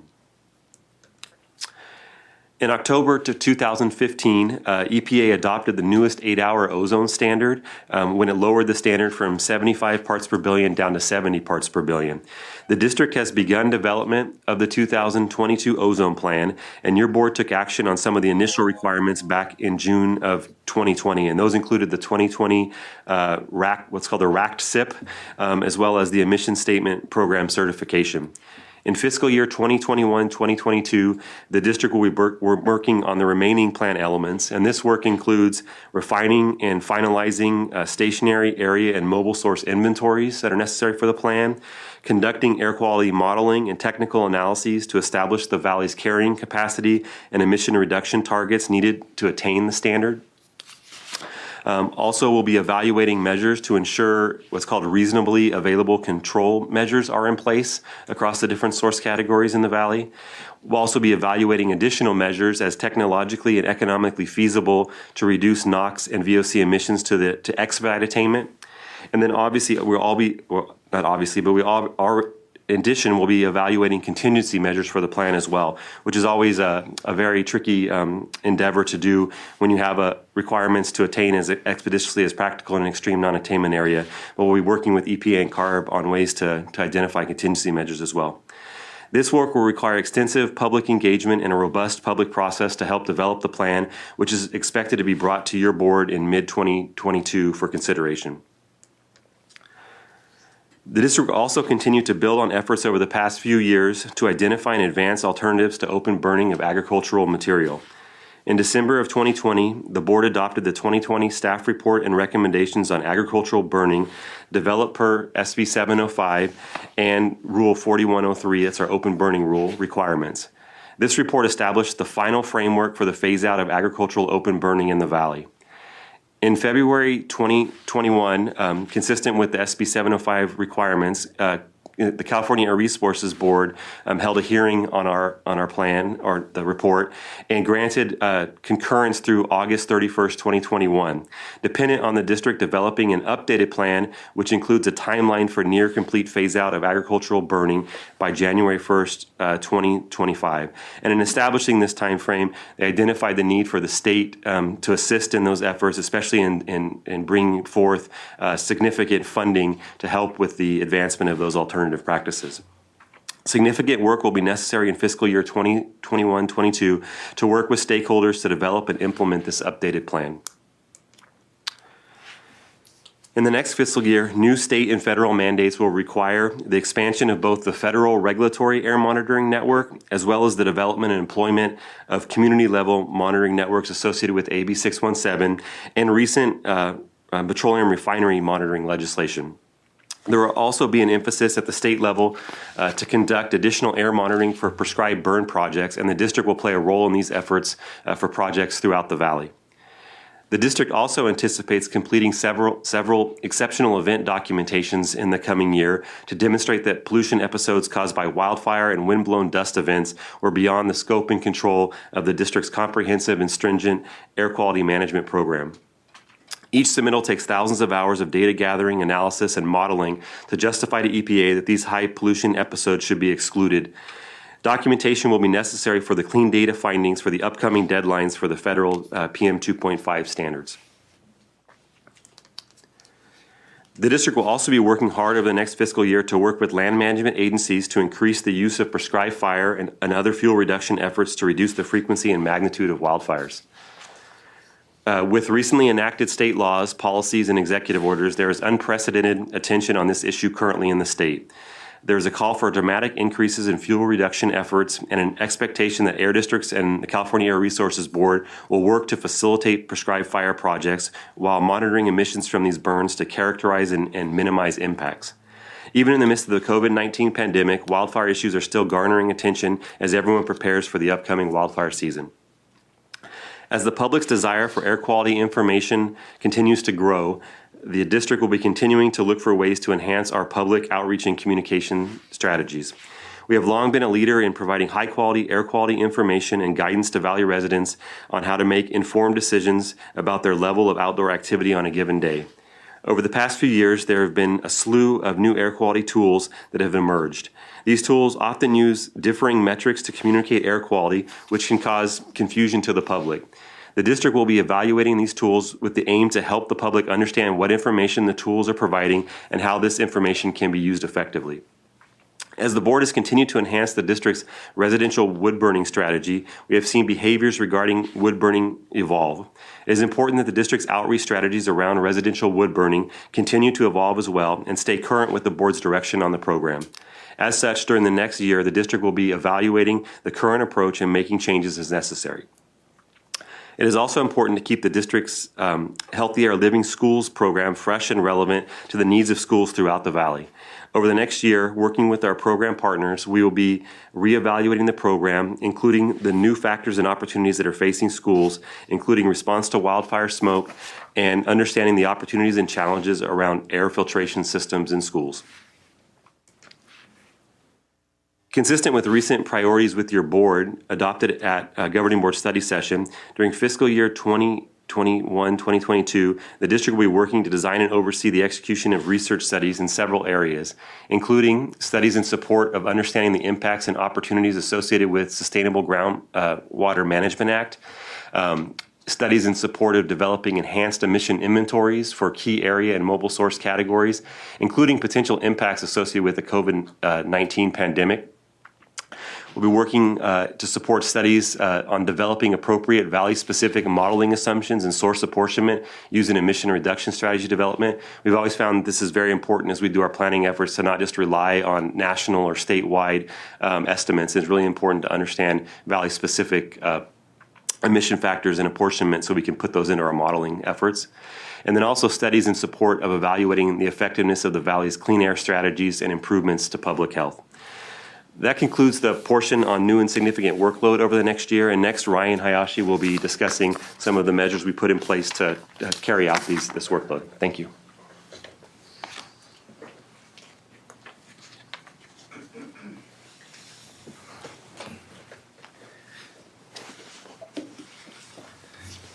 Morning, Chair, members of the board. Thank you, Morgan, and good. My name is Ryan Hayashi, Deputy Air Pollution Control Officer, and today I'll be talking and sharing with you some of the streamlining and efficiency and other cost reduction efforts that the district has implemented and will continue to implement over the upcoming year to reduce the time it takes to complete the existing and new workload that Morgan discussed. We've been very successful at enhancing efficiency here at the district and have the highest productivity in all program areas. The management team, under your board's direction, has created an environment where employees not only can make suggestions for improvement, but actually feel that it's an important part of their job to look for and find solutions to challenges they face and identify additional opportunities to benefit the district, which has resulted in thousands of streamlining and efficiency suggestions being made and implemented. As discussed earlier, the zero-based budgeting tool is a key tool that we use to ensure efficiency and effectiveness. And examples of this include ensuring staff in all departments receive cross-training within and outside of their departments, to allow for maximum efficiency and flexibility in order to handle an ever-changing workload distribution. We strategically use temporary staffing to reduce costs, minimize overtime, and to address fluctuating workloads. And we've recently transitioned to a new online processing provider, which allows for improved processing efficiencies and integration with the district's existing financial system. The district's administration department has also identified several opportunities to continue to streamline and improve their efficiency, including the transition to electronic processing of the majority of the district's documents, including requisitions, claims for payments, permit applications, and hearing board packets, to name a few, which has resulted in an increased processing speed and improved handling efficiencies. Usage of the district's electronic data document management system software allows us to have almost instantaneous access to the thousands and thousands of documents that the district has. And we have internally developed several programs, including the budget, labor information, and human resources, that have significantly reduced the time it takes for us to zero-based budget and the personnel management time, and provides important analytic tools that we use for streamlining purposes throughout the district. To the maximum extent possible, we've transitioned to electronic and digital document routing and signatures, resulting in quicker processing of the contracts due to less waiting time for the contracts to be returned, which has been well received, especially by our grant applicants. To be able to handle and process the thousands upon thousands of grant applications received each year, identifying and streamlining measures are key to be able to consistently deliver the accurate information while still providing that really high level of customer service that your board has come to expect. And towards that end, the district has developed several new online grant application portals, which will allow the applicants to directly submit grant applications and required reports online. These enhanced features provide much greater customer service and efficiency for these programs. And some of the new online incentive program portals include zero emission school, transit, and shuttle buses, residential wood burning devices, electric vehicle charging infrastructure, dry clean in the San Joaquin, zero emission residential lawn and garden, zero emission commercial lawn and garden, and zero emission agricultural utility vehicles. We've also improved the coordination with the California Air Resources Board to reduce administrative requirements for the Farmer and Carl Moyer program, and have developed and utilized contract templates to improve efficiency and consistency across increasingly complex programs. To continue to capitalize on the success of the online portals, district staff are continuing to test and implement new and additional online grant program reporting tools for public use. The district's air quality modeling team plays an instrumental role in the development of the clean air strategies and supporting technical evaluation for state implementation plans, including emissions inventory methodology development, photochemical modeling runs, and spatial surrogate analysis. The team utilizes a complex modeling system to allow them to understand and fine-tune where emissions are being produced and how these emissions affect the population, the air monitors, and provides valuable information about how attainment of the standards can be achieved. To aid in these efforts, we are continuing to enhance our modeling center to support important attainment planning efforts and increased utilization of the geographic informational system tools across various programs. The air monitoring team has been transitioning from filter-based particulate matter monitors to real-time monitors, which require less staff time to operate, with the added benefit of real-time data being used for air quality forecasting and analysis, and can be used in the district's RAN program. We've installed security cameras at our air monitoring sites to enhance protection of these assets and provides valuable imagery of surrounding conditions during periods of unusual air quality data, which could be used to help document exceptional event submittals that Morgan discussed earlier. The air quality forecasting team has increased the automation of their data gathering, which is greatly streamlining their processes. And they've also have been working with the compliance team to transition to the state's prescribed fire incident reporting system, which is simplifying the smoke management plan review process and improving communication with the land managers. The district's compliance department performs a full suite of enforcement and compliance assistance related activities, including tens of thousands of inspections at stationary sources, complaint investigations, to ensure compliance with district, state, and federal rules and regulations. And additionally, they do thousands of grant inspection to ensure that the funding that is provided for those is being utilized properly.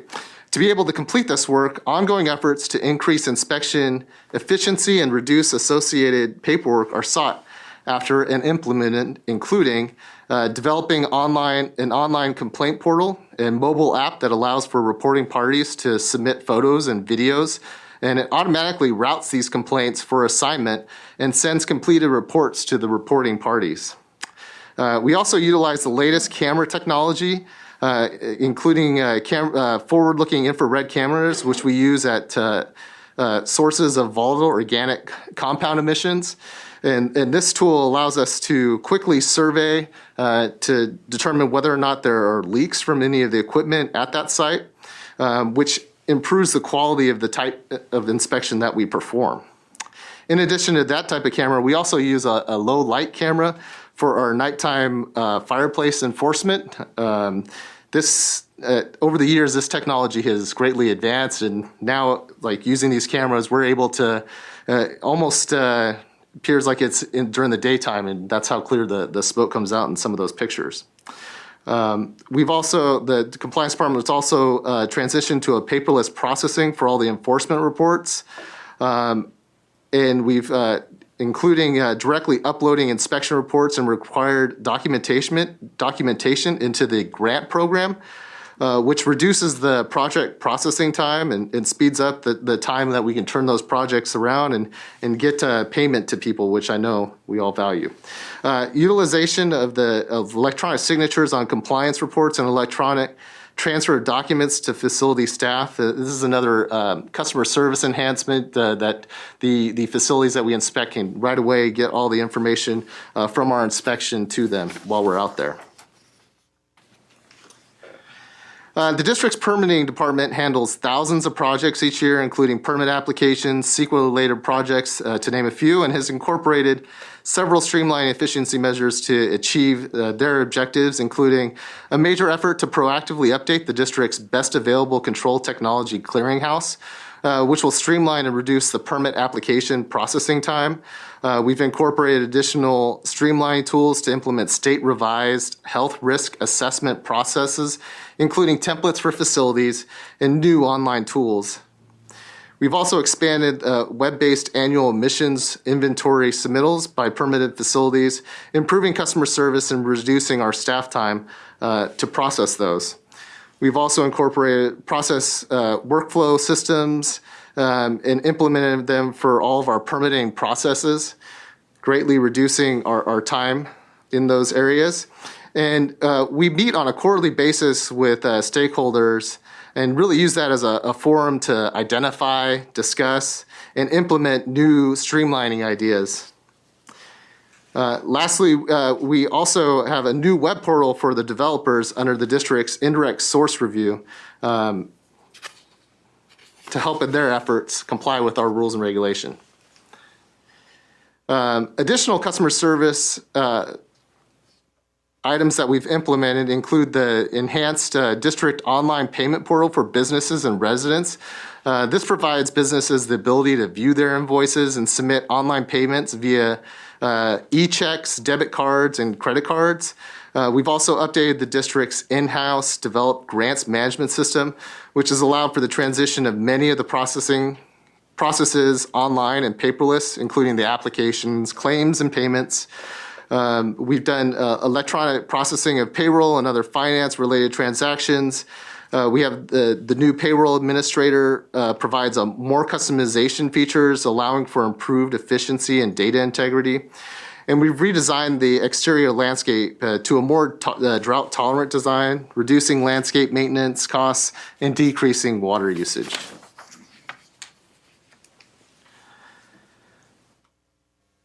When faced with challenges, the district looks toward the guidance provided by your board to always find ways to take those challenges and to create opportunities to improve our processes. And the pandemic is a great example of this. In response to the COVID-19 pandemic, we enhanced our systems to ensure continued essential services and exceptional customer services to the Valley stakeholders, including numerous improved web resources, transitioned staff to telework, and developed and deployed of online meeting and engagement tools to work with people. We've also quickened the transition of many of our processes to fully electronic, increasing the customer service and decreasing the required staff time to process many of the things that we do. We've also worked with the California Resources Board to develop a first-of-its-kind virtual grant and portable equipment inspection process. And we've transitioned to virtual staff meetings and training to capitalize on built-in software features to ensure meetings and trainings are as productive and engaging as before. So, after the extensive zero-based budgeting process, analysis of existing and new workload, and the streamlining and efficiencies opportunities available, the district is proposing a few staff enhancements, including the addition of a supervising air quality specialist, converting a temporary staff technician to a regular staff technician, and adding 3 temporary air quality specialists in the grant program. These positions will be very important to support the significant increase in the grant funding that you heard about a little bit, and to ensure we can continue to provide the high level of customer service your board and the Valley stakeholders have come to expect from all of us. To continue to support the ongoing increasing workload and maintaining the expanding air monitoring network, the district is also proposing to convert a temporary air quality instrument technician to a regular air quality instrument technician. Mary Barati, the Director of Administrative Services, will be talking about the fiscal impacts of these proposed changes later in the presentation. But for now, I'd like to turn the presentation over to Shiraz to talk to you about our incentive-based strategies. Thank you.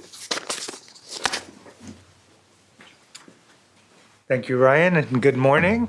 My name is Shiraz Gill, one of the Deputy APCOs here, and I'm going to shift gears and talk about the district's incentive-based strategy, including our incentive funding plan, with a little over $500 million. That's with a big B. I know it sounds a little bit better than $500 million in funding. But I'll start by going over the district's incentive-based strategies. First, the focus of our programs is to achieve the greatest emission reductions that we can through all of our programs, that we provide the best access to Valley businesses to participate in our programs and get the emission reduction in the most cost-effective manner so that the benefits of these programs can be maximized. We also want to get these reductions in the most expeditious manner. Your board has always promoted that we be efficient with our incentive programs and that we allow for timely access to this funding. We also want to make sure that we conduct equal outreach to all regions in the Valley. We have a very large area to cover, 25,000 square miles, and we want to make sure that we are getting the word out about our programs throughout the San Joaquin Valley. We also want to provide the best customer service by being flexible as possible within the fund deadlines.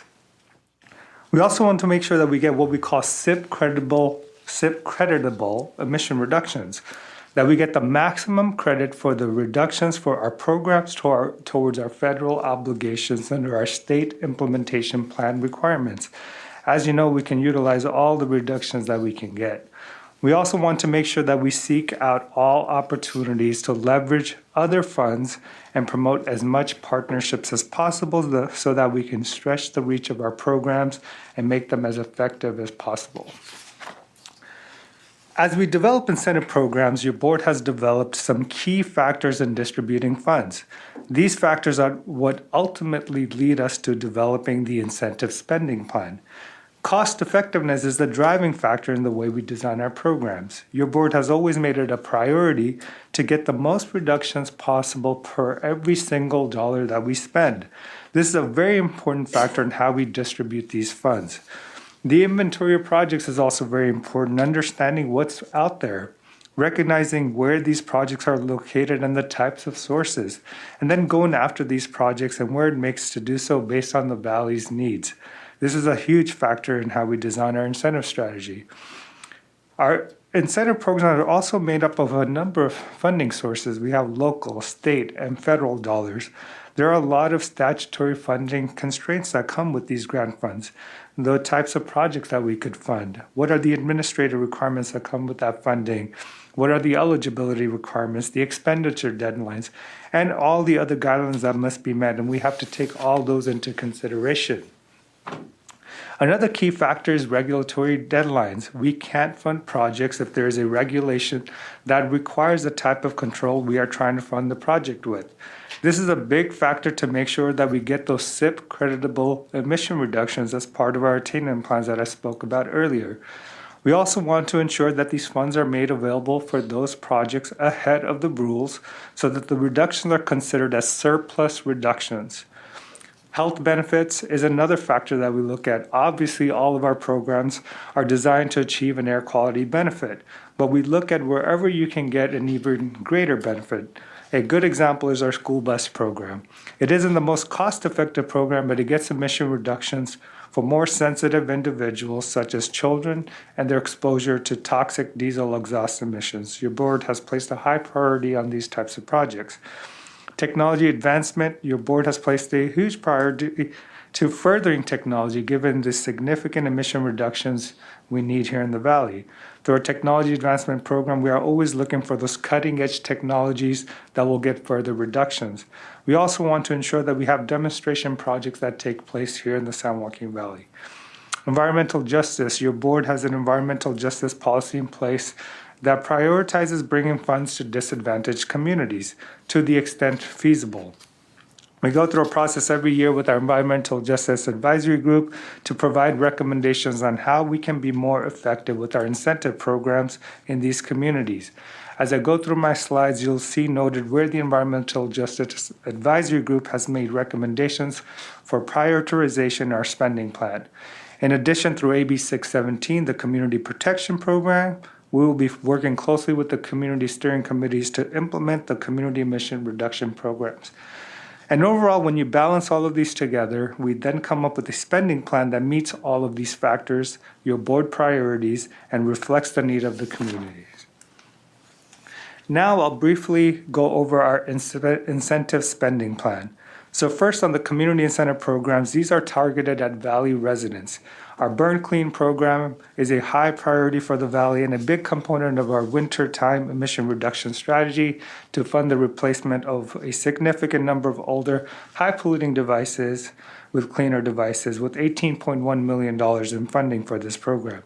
As you can see, this is one of the recommendations that came out of EJAG. I won't say that for every one of these categories, but just wanted to make sure that it's noted there.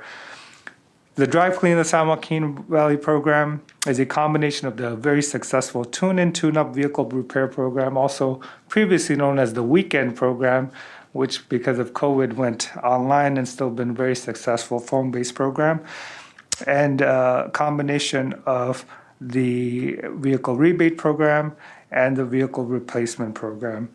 And that's funded a total of $29.2 million. The Van Pool Voucher Incentive Program, which provides subsidies to Valley residents to encourage participation in van pools in lieu of single occupancy vehicle commutes. We want to continue responding to the needs for this program and is funded at about $400,000. Our commercial lawn, garden, and residential clean green yard machine program, which facilitates the transition to zero emissions equipment, is funded at $500,000 and $400,000 respectively. We want to see more people transition to these cleaner technologies. The Remove program is where we partner with municipalities and other agencies for a variety of different projects, such as bike paths and lanes, E-mobility is where we help set up online resources to minimize how much driving someone has to do. Alternative fuel training, where we offer mechanics training, are programs that we funded the districts, for example, working on electric vehicles or alternative fuel vehicles, funded at $460,000. The heavy-duty diesel programs are a huge priority for us, especially due to the cost effectiveness of these projects and the significance of their emissions in terms of their attainment challenges.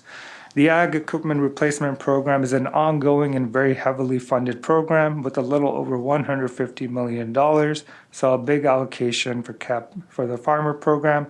We are working with Ag to do a lot of cost-effective projects. This is also a source category where we need to get a significant number of replacements based on the California Resources Board mobile commitments as part of the 2018 PM 2.5 plan. The truck replacement program is this is a single largest source of NOx emissions in the valley, and there's a big need to reduce emissions from this area. You'll note $32.4 million in our funding program. This is an area where it's also important for getting emission reductions to assist with our attainment challenges.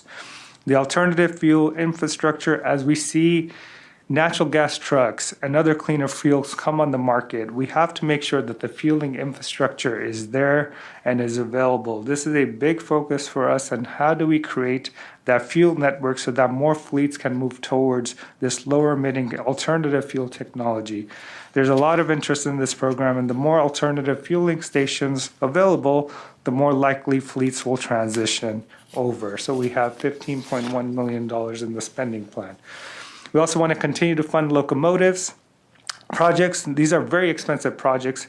It costs well over $1 million to replace a locomotive. However, these are also very cost-effective projects and get significant emission reductions. They are also located near communities and will also help us with our attainment challenges. So we have $10.7 million allocated. The Ag Irrigation Pump Engine Replacement Program is funded at $11 million. We have been very successful over the last couple of decades in replacing a significant number of older, high-polluting engines, and we'll be working with the agricultural community to continue to get older engines replaced with cleaner engines or electrify where they are feasible. The low dust nut harvester equipment replacement is also an important program which reduces fugitive dust emissions during harvest. This program addresses our community level targeted strategy, which addresses emissions at a localized level and is funded at $7.7 million. Our electric yard trucks, which are also known as yard hostlers, terminal tractors, or goats, so many different names for these guys, gets confusing. It could get really confusing really fast. But we have that funded at about $4.2 million.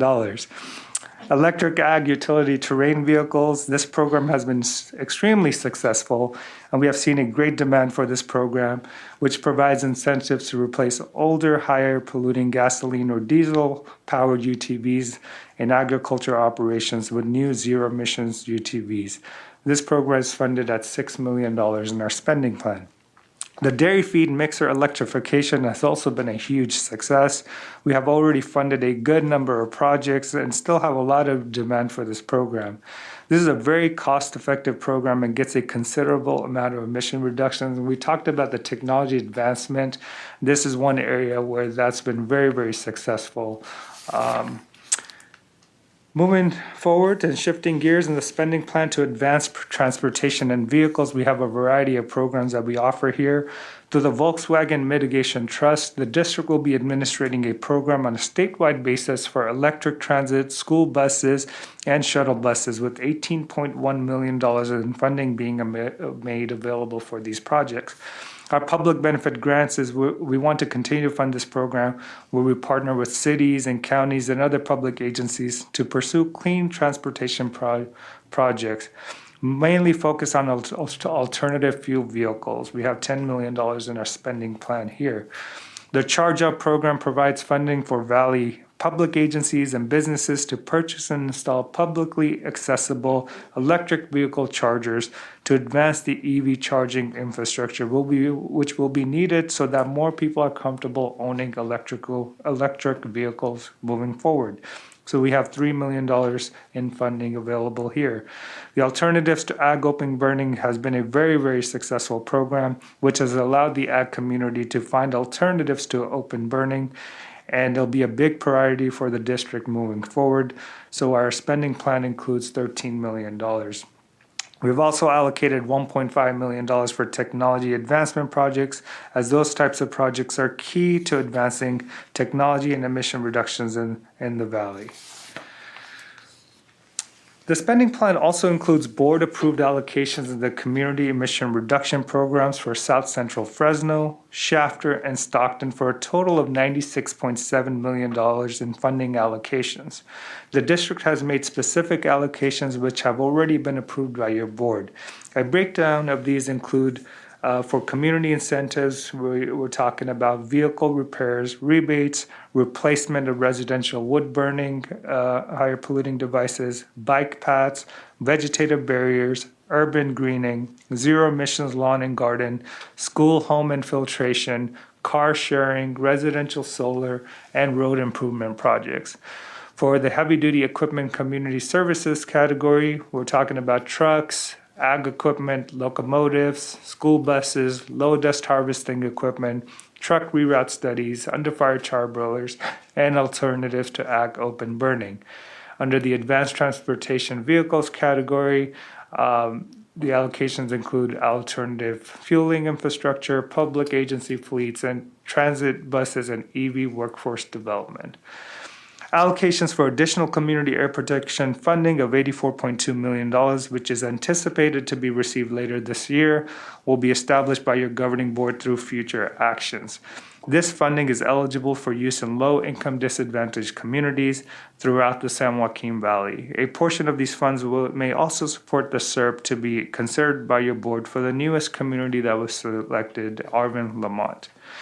And now that concludes my portion of the presentation. I will turn it over to Mary Barati, the Director of Administrative Service, to go over the numbers. Thank you.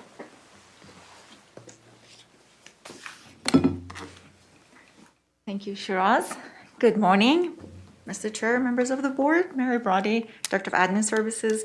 Before I start, I would just want to take a moment and recognize the management team, directors, finance team, and of course our wonderful deputies and executive director Samir for their vision, for their guidance, and the subcommittee for patiently sitting through the presentation and providing guidance. So, with that, at this point, Ryan and I will go over the detail of the proposed budget and the changes as it compares to last year. First, I'll explain the operating revenues. With Ryan, we will go over the operating appropriations. Then I'll present the non-operating budget at the end. Your electronic board packet includes a 112-page document, including the recommended budget and sections for details of each department. In addition, you're provided a 4-page budget summary report in your handouts. At the end of the budget document, we also have 4-year budget comparisons in the last section. We'll be working in using the budget summary reports provided throughout the presentation. First, a page of the handout provides a revenue and appropriation summary. Page 2 has revenue details, operating revenues at the top, and non-operating revenues at the bottom. Operating appropriations are on page 3, and non-operating appropriations are summarized on page 4. The budget was presented and reviewed by the Budget Subcommittee on April 1st. In April, the district sent out mass mail notification to permitted facilities. We also published notification in 8 major newspapers throughout the valley. The district makes budget summary information available to the public, and anyone could request a copy 30 days prior to this hearing. The Health and Safety Code also requires that the district holds a public hearing for making comments on the budget. Today's hearing is for that purpose, for providing opportunity for public to comment. On June 17th, the budget will be presented for adoption. In addition to the Health and Safety Code, the district budget process is governed by District Administrative Code. District Admin Code requires the APCO to present the recommended budget to your board prior to June 30th. Your board adopts the budget resolution at the object level, that's salaries and benefits, services, supplies. For fixed asset and capital expenditures, they are controlled at the sub-object level. That means computer equipment, automobiles, and so forth. Your board has left the APCO discretion to transfer budget between accounts. Now, this chart here gives you a high-level overview of budget for 21-22. From $582.2 million total recommended appropriations, district operating budget is about $62.8 million, or 11%, and $519 million, or 89%, is the district non-operating budget. The operating budget is dedicated to district's internal operating costs, such as staffing, services, supplies, and fixed assets for achieving its mission. The non-operating budget represents the incentives that the district gives away in the form of grants for voluntary emission reduction projects. If you wish to follow along on your budget document, I'll go over the operating revenues on first half of page 2 in your handout. The estimated permit fees for fiscal year 21-22 is estimated at $19.4 million, which is about $338,000 higher than what was budgeted in 2021. Permit fees for 2021 were estimated conservatively considering the potential impact of COVID-19 pandemic on local businesses. Projected revenues for next year are similar to the actual we're receiving this year. The district will not receive the biannual conservation management plan fees known as CMP fees in 21-22. CMP fees are billed every other year and totals about $500,000 collected. Section 185 federal non-attainment penalties apply to certain major stationary sources, estimated to be about $681,000, similar to the previous year. Advanced emission reduction option or error fees is applied to facilities with boilers, steam generators, and process heaters in lieu of advanced control technologies that may not be technologically feasible or cost-effective. We expect to receive $5.4 million error fees, which is similar to actual received in the current year. Interest revenues is expected at $1.4 million. Fresno County Treasury handles the district fund investment, provides a very competitive rate, thanks to them. Residential furnaces is penalty is estimated at $5 million. The purpose of this rule is to limit NOx emission from natural gas furnaces. On a temporary basis, during the initial implementation, manufacturers that have not developed or commercialized compliant technology may pay a per unit penalty on devices sold.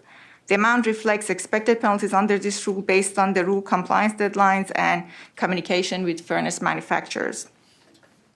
Now moving on to operating grants. These operating grants help the district maintain air monitoring stations, develop air quality plans, develop rules, support enforcement, and permitting and public outreach as well.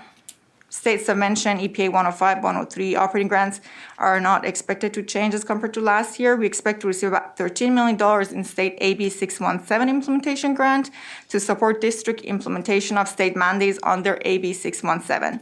This funding is included in the current approved budget. And now moving on to DMV fees used for operating costs, which is estimated about $12.9 million, very similar to this year. Grant admin fund earned is estimated at $9.5 million. These fees are received from state and federal government and on the non-operating side, and then reimbursed to the operating side for the costs associated with incentive program administration, programs such as farmer, community air monitoring protection, MOYER, and other grants. Every year, the district transfers money from operating to non-operating to fund emission reduction projects. This recommended budget includes $12 million for that purpose for supporting incentive program implementation. The budget also includes $3.2 million district fund balance use and setting aside $1.6 million in reserve. I'll provide a more detailed slide for the list of all these reserves later. Now I'll be taking you through the budget operating expenditures for this year, located on third page of your handout. The slide here summarizes the changes in the operating budget at the object level. If you refer to your handout, the numbers I'm showing here are budget to budget comparison column.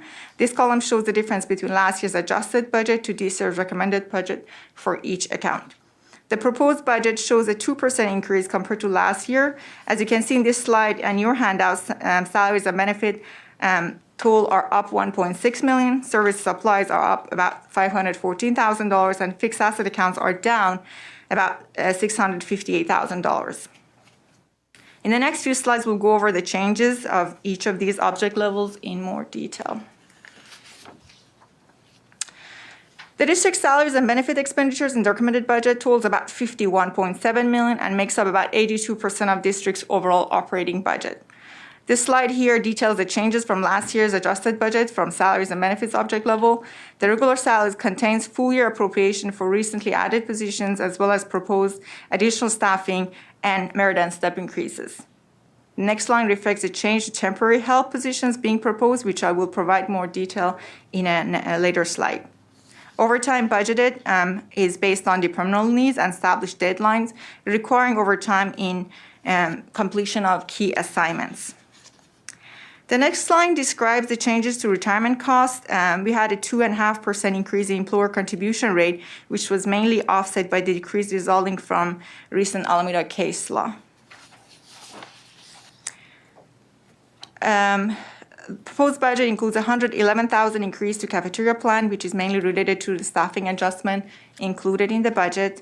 And workers' comp expenses are showing a decrease of $558,000, but that's related to the district's efforts and participation in proactive risk management and loss prevention programs.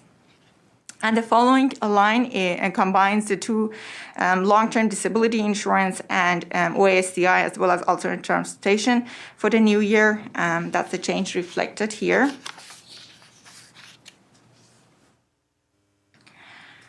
This slide represents the fiscal impact of position changes proposed in the upcoming year as previously detailed and outlined by Ryan Hayashi. As you can see, this slide outlines the fiscal impact and the detail for fiscal year 21-22. Now I'm going to go hand the presentation over to our controller, Ryan Buchanan. He will provide more detailed information on the other accounts of the operating appropriation. I'll be back to talk about the non-operating budget later.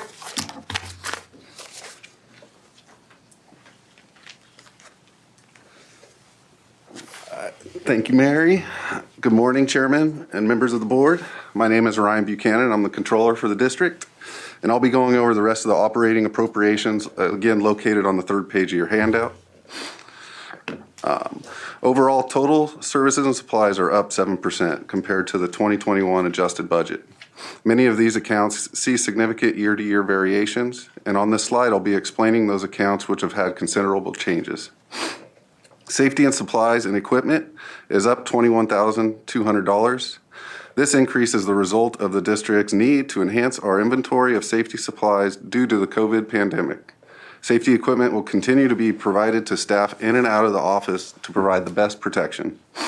Mobile communications is down $20,568. And this decrease is a result of the district's ongoing refinement of mobile communication needs for compliance and air monitoring in support of district programs. Insurance is up $56,500, and this increase is due to the district acquiring more vehicles and air monitoring equipment during the fiscal year in support of the district's air quality programs. Equipment maintenance is up $46,840, and this increase in this account is mainly due to maintenance needs associated with recent upgrades to the district's telephone system to enhance customer service for residents and businesses served by the district. Vehicle maintenance and operations is down $40,850, and this decrease in the account is mainly due to the district's transition to hybrid and electric vehicles. Through this transition, it is anticipated that vehicle fuel and maintenance costs will drop. Computer software and supplies is up $77,930. The increase in this account is primarily related to software costs associated with outward-facing reporting management tools that provide enhanced display of district information, such as grant program information. Monitoring station supplies and equipment is up $166,540. And this increase is due to the need for continued investment in high-quality air monitoring in response to new state mandates, including air monitoring research projects to assist the district with evaluating collected air quality information and enhancing emission reduction strategy development. Additionally, this account includes laboratory services for the analysis of the air monitoring field samples for PM 2.5, toxics, and VOC speciation, as well as as well as parts and consumables to support maintenance of equipment operating in community air monitoring networks. Postage is down $23,900.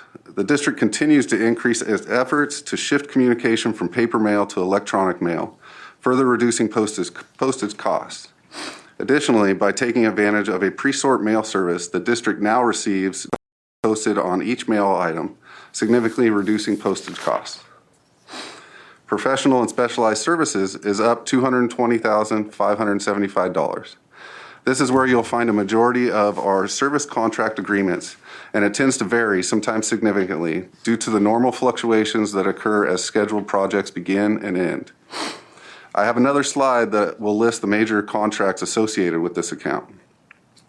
And the last item on this slide, travel and training, is up $36,472.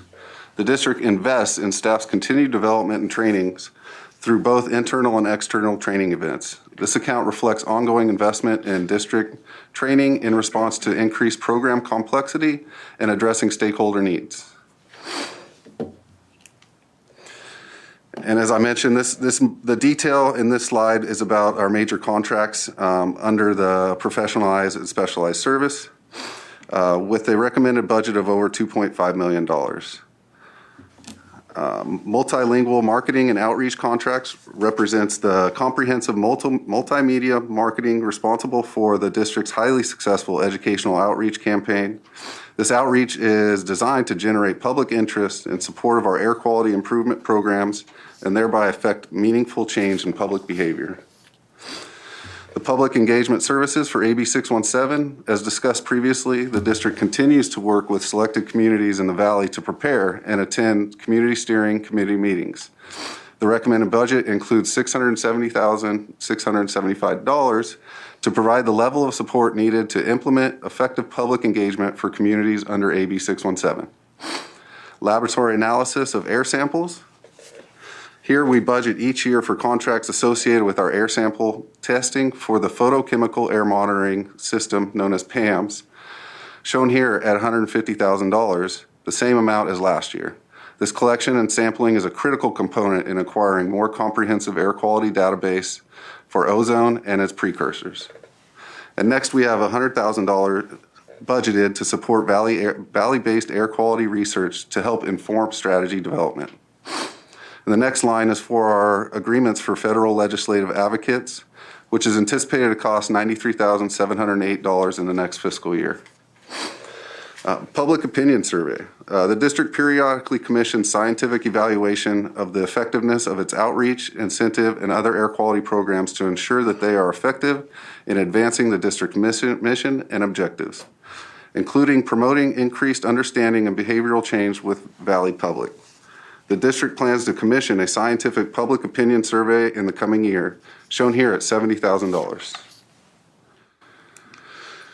All right, and now on to fixed assets. Like our professional and specialized services, this account, the capital accounts vary sometimes significantly due to the normal progression of various projects that begin and end from one year to the next. As you can see on page 3 of your handout, our total fixed assets are showing a $650,000 decrease compared to last year's adjusted budget. As I did with the service and supplies account, I'll be going over the accounts that are experiencing the most significant changes from the previous year's budget in this object class. To start, office improvements is down $126,000. This capital account is budgeted to support the improvement of 3 regional district offices and fluctuates from year to year as projects are completed. This account includes the installation of additional electric vehicle charging stations at all 3 offices in order to support our fleet transition to hybrid and electric vehicles, as well as the general public's transition. The computer equipment account has decreased by $98,000. Current projects budgeted this year include general computer replacement at $461,000 and upgrade of public Wi-Fi services at $55,000. Office machines have increased by $6,500. The increase in this account is reflected by the routine replacement of digital copiers located in all 3 district offices. Detection equipment has decreased by $112,997. This account varies from year to year depending on the detection equipment purchases used for our compliance department. And then the change to the automobile account reflects continued replacement of existing high mileage vehicles as we look into the cleanest available and feasible vehicles on the market. Lastly, air monitoring station equipment has decreased by $419,190. This account fluctuates again from year to year and supports investments in high-quality air monitoring in response to state mandates, including investing in real-time analyzers and air monitoring trailers with equipment and additional regulatory grade air monitoring sensor. And that concludes my presentation on the recommended operating expenditures. And now I'll turn it back over to Mary Barati to take you through our non-operating revenue and appropriations.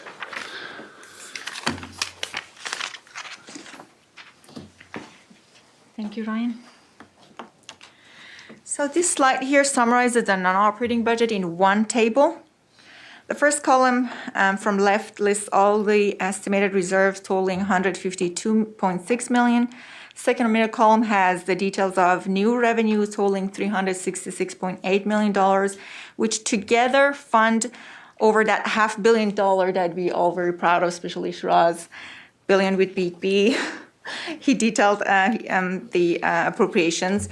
And now, something that is very unique about this non-operating budget is tend to vary substantially from year to year, depending on the availability of funding. Each of these funding sources have specific requirements on how and what type of projects they could be used for. I'll be going over the non-operating revenue, and here at the top section is listed the pass-through portion of the air toxic fees collected on behalf of the district, on behalf of the state by the district and sent over to them, estimated at $323,000. DMV surcharge fee estimated at $47 million. These funds are used for a wide variety of district emission reduction projects, such as district public benefit grants, tuning tune-up program, truck replacement, equipment replacement, and technology advancement program as well. The district allocation of Carl Moyer is estimated at $36 million, which includes a one-time allocation of $22 million from the state. Voluntary emission reduction agreement and indirect source revenue mitigation fees estimated at $29.7 million. These fees are provided by project proponents who ask the district for assistance with mitigating air quality impacts. The projected revenue includes mitigation fee from oil and gas emission reduction agreement between Kern County and the district. With the recent adoption of a revised oil and gas zoning ordinance by Kern County to address issues arising from a previous court ruling, the district expects to receive and resume receiving fees for mitigating air quality impacts from the growth in oil and gas activities under this ordinance. We expect to receive $2.2 million in Prop 1B replacement funds that is going to be used for heavy-duty trucks. District will receive $32 million in federal DERA targeted airshed and other federally funded emission reduction programs, which were awarded to the district for the purpose of replacing residual wood burning devices, ag tractors, low dust nut harvesting equipment, and technology advancement projects. Non-operating interest is estimated at $8.5 million. This is the interest earned on the state and federal funds and varies depending on the balance and the timing that these funds will be received and spent. These funds are spent on emission reduction projects in accordance with the each program's requirements and guidelines. Basically, interest follows principle. As mentioned earlier, $12 million of operating funds will be transferred to non-operating side to be spent on emission reduction projects. Listed here, you see two lines of admin revenues. One is admin fee received from state and federal government to fund administrative costs of the grants and incentive programs. These funds may apply to more than 1 year, so any used portion will be transferred to the operating side, and the unused portion is banked. The admin fee received and earned with the admin fee is received on cash basis, but then is earned at the district spends resources on administration of these programs. We anticipate receiving $6.9 million admin funds, some of them plus additional funds that were received previously totaling $9.5 million will be earned and transferred to general fund. Based on already approved state allocation, we expect to receive over $192.8 million state ARB cap and trade program funds. These grants will be used for heavy-duty and light-duty vehicle replacement, truck and ag equipment replacement, and purchasing electric buses. We will receive $7.8 million remaining of the first phase of Volkswagen mitigation funds in 21-22. The district proposed balanced budget includes adequate reserve and contingencies listed here. Your board has established a policy funding general reserve at 10% of district operating revenues, which is $6.4 million. The computer and VTC equipment reserve is at $500,000, proposing to increase it by $200,000 for replacement of district computer equipment. Long-term building maintenance reserve is $500,000. That reserve has no change. To provide necessary funding for future replacement of district's state-of-the-art modeling center, district has been setting aside funding for designated reserve for future replacement of aging modeling equipment necessary to support Valley's cleaner attainment efforts. The proposed budget includes increase of $150,000 to this reserve, bringing it up to $500,000. Your governing board has established a pension stabilization reserve fund. Following your board's established policies, we're recommending to include increasing $950,000 to this reserve and bringing it to $4.5 million. The recommended budget also includes increasing the reserve for replacement of community air monitoring equipment near petroleum refineries by $50,000. We expect to be replacing this equipment in 4 years, and the set aside reserve total of $100,000. And of course, similar to the previous years, we include $850,000 appropriation for contingencies in this budget. In any event the district needs to use any of these reserves or contingency, we will be coming back to your board for approval of that transfer to the appropriate account. That concludes my presentation. I return it to Samir for his final comments. Yeah, I just had one additional quick comment, which is that I just wanted to note that the district is currently in negotiations with the Employees Association for a new a set of labor agreements, and we'd anticipate that any agreements with staff on that would be brought back to the board, by the June adoption. That's what my estimate would be in terms of when that would be brought back. I just wanted to make sure that was noted, and of course you'll hear back from that as that develops and hopefully is put into place and brought before your board for approval. So with that, Mr. Chair, board members, we'd be happy to take any questions, and of course, look forward to hearing from the public as well and any public comment. Thank you. Yep. Okay, very good. Thank you. As Samir indicated, at this point, this is a public hearing, and I would turn it back to the board before we go to the public for any questions or comments that board members may have at this time.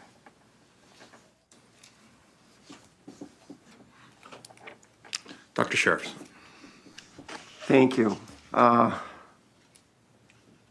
Thank you for that presentation. It's hard to believe that a topic like budget could engender a little excitement.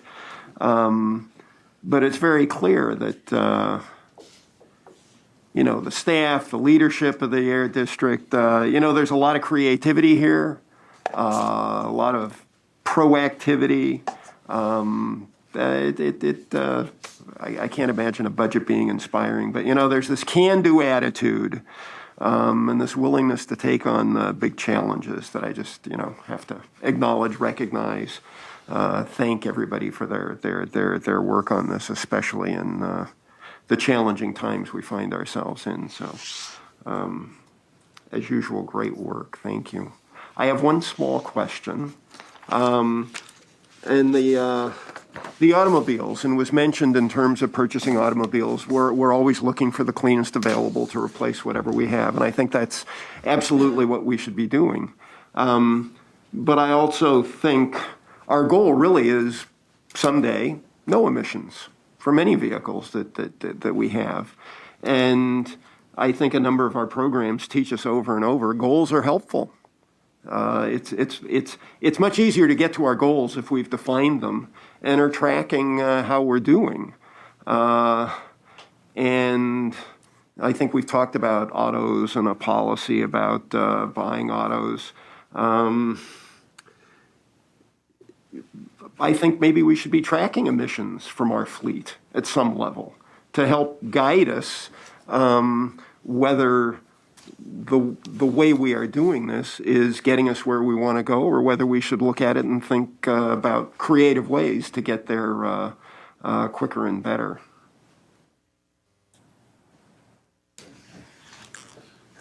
Mr. Chair, board members, I just wanted to respond to Dr. Sheriff's very important comment, and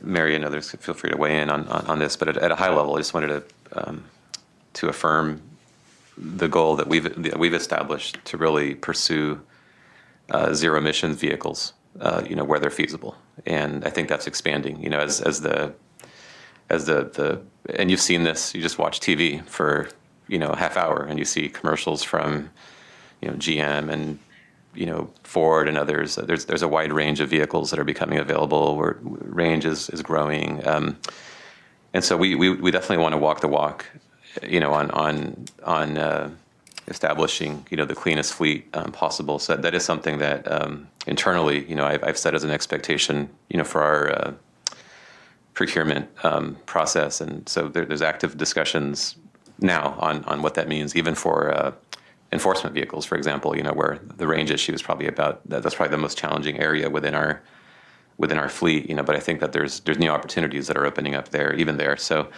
we're definitely transitioning in that direction. I think we're definitely leading, in my opinion, just based on what I see out there. And we're also encouraging others out there in the Valley through I'm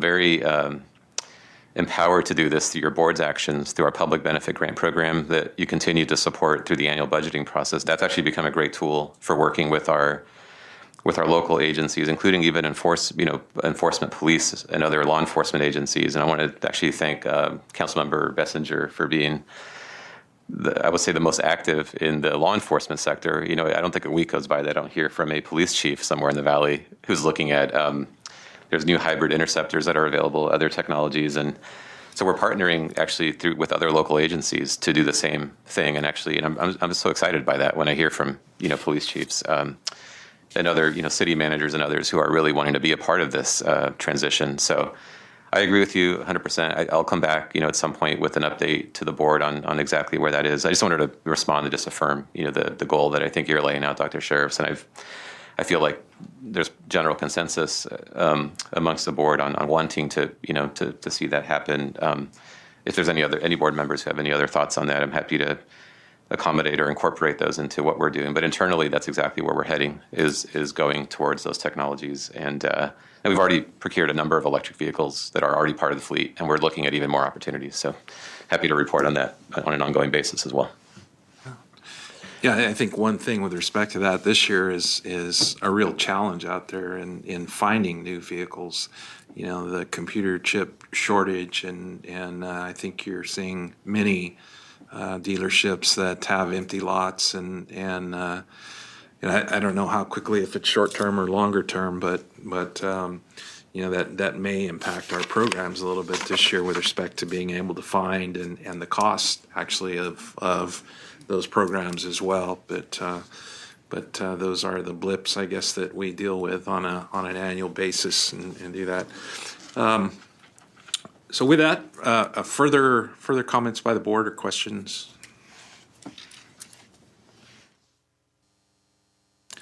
Okay, seeing none, let's go ahead at this time and open the public hearing and allow for comments from the public. So, Madam Clerk, would you please? Janet Dietz-Kamay. Welcome, Mr. Kamay. Thank you. Are you able to hear me now? No, ma'am. How about now? Yep. Okay. There's a lot to respond to, but I will start with yesterday was the launch of the Ford F-150 pickup truck that will be available in 2020. As a part of that launch, it was demonstrated that that electric pickup truck pulled 1 million pounds that was made by 10 double-decker rail cars holding 42 F-150 pickup trucks, and this one electric F-150 truck pulled that by itself, which came to around 1 million pounds. Now that can be verified by Googling, going online, and looking for Ford F-150 electric truck tugs 1 million pounds. That can be seen. I have said from the beginning, the way to launch electric vehicles is pickups. And that electric pickup, which can run 300 miles on a charge, can offer some pretty good power for those who like pickup trucks.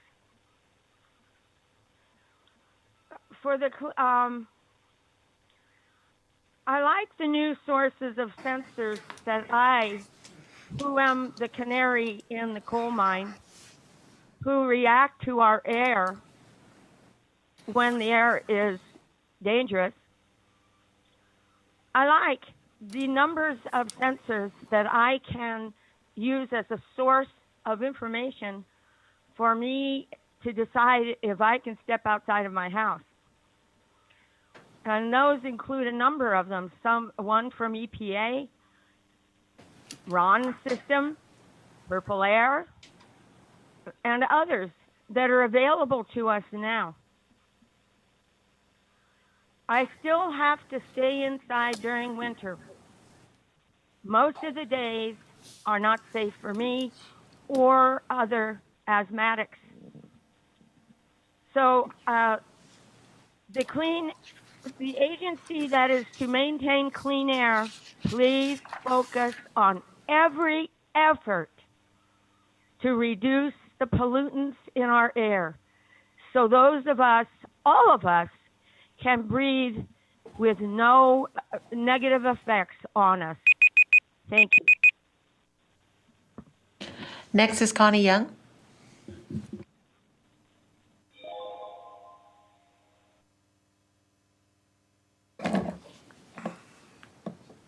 Okay, now can you hear me? Yes, ma'am. Okay, so this is Connie Young again. First, I'd like to acknowledge all the time and effort that staff has put into this exhaustively detailed presentation. Thank you for your hard work. I'm sure you'll be heaving a sigh of relief when this meeting is over, and I hope you can take it relatively easy for the rest of the day. Considering, as I said earlier, that both CAL FIRE and California's Wildfire Research Center, as well as others, say that climate change is a major driver of wildfires, on page 27, I'd recommend the addition of studies in support of understanding, preparing for, responding to, and preventing the impacts of climate change on wildfires and air pollution. I trust you'll be glad to know, however, that I'll continue to provide my monthly climate updates at no charge. Regarding permit fees, I find it puzzling that we have the lowest permit fees. I fully appreciate that our air is getting cleaner, but in the American Lung Association's annual State of the Air report, we are rated among the top 4 areas with the worst air quality in 3 main categories. Surely, making it even a little more expensive to pollute the air by raising permit fees would help speed the necessary transition to cleaner, healthier air practices in our valley. Thank you. Thank you. Mr. Chair, just a quick note on permit fees. Just wanted to make sure it was clear that permit fees under state law are designed to as a cost recovery mechanism, not as a punitive measure to make business more expensive. So we've always considered a source of pride that we have an efficient operation while they're relatively lower fees, they're not low. If you were to ask anybody in the the regulated community, permit fees are still an expense and something that we continue to continually evaluate, and they undoubtedly will be increased over time. But I just wanted to make that important note just from a statutory perspective, that your board and under law that doesn't adopt fees to punish business or make it more difficult to operate. Yeah, thank you. Next is Shada Azamian.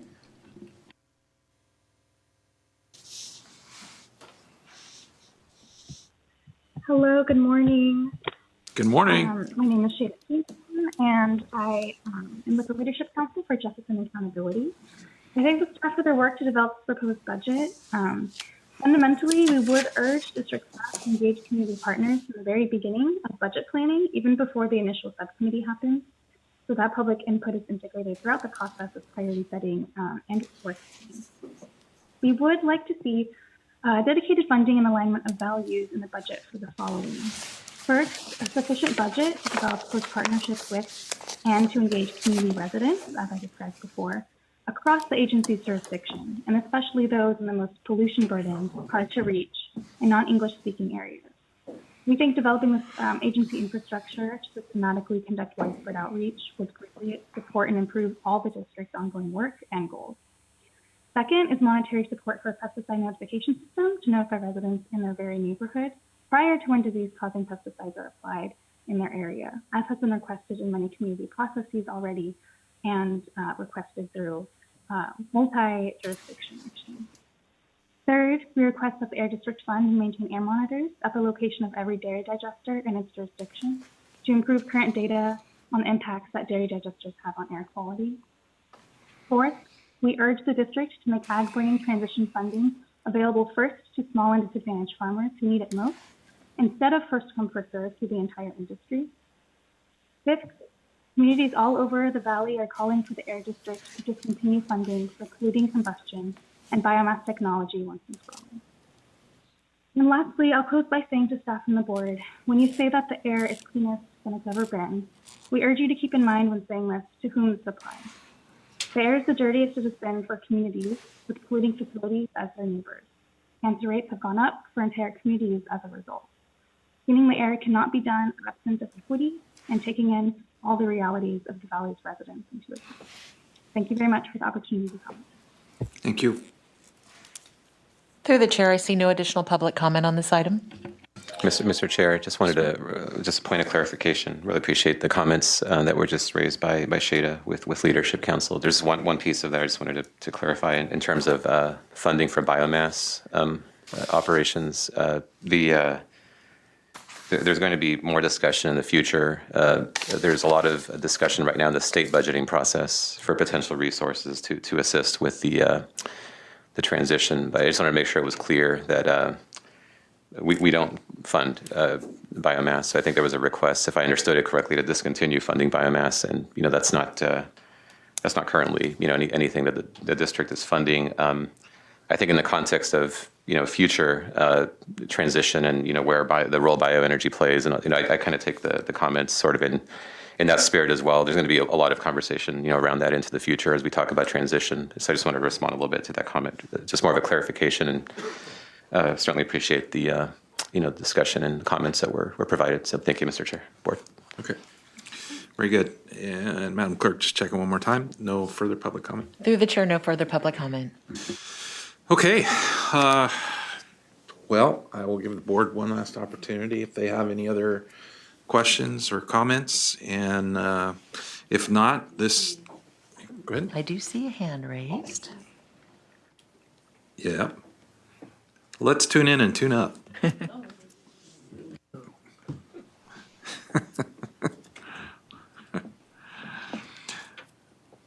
Mayor Fugazi. May I? Yes. Thank you. So I just want to say that I too appreciate all the work that always goes into developing and drafting this budget, and the care that staff does in recognizing the needs in our community. And I just did want to tell Ms. Connie Young how much I appreciate her commitment to education as an educator. And I will say that I would love to help develop a high school curriculum, absolutely, as I teach my students about climate change and global warming, and truly developing the future workforce for the air pollution control districts. Because I know we do our STAR Awards and we recognize all of these members, and I want to make sure that we can continue with the increase in workload to have candidates that are highly able to do this very important work, as well as with the outreach piece, which is so important, having gone through AB 617 in my community, and the number of people, disparity, and the gaps that fall in all of our communities. But again, like I said, I'm super happy with the budget, and again, I too support absolutely education and outreach whenever we can do it. So thank you.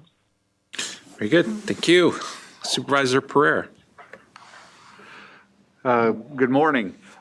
You know, the board seems a little quiet today, and I expected that my comments would be said by somebody else, and maybe they have a little bit. But I just want the staff to know that I really appreciate the time, energy, and effort, and the detail in which you put together our budget. It is a huge budget with a lot of moving parts. And anyways, I just want to commend you for doing an awesome job and being just a good steward of the money that goes through our hands. So thank you for that. Thank you. Mayor Preciado.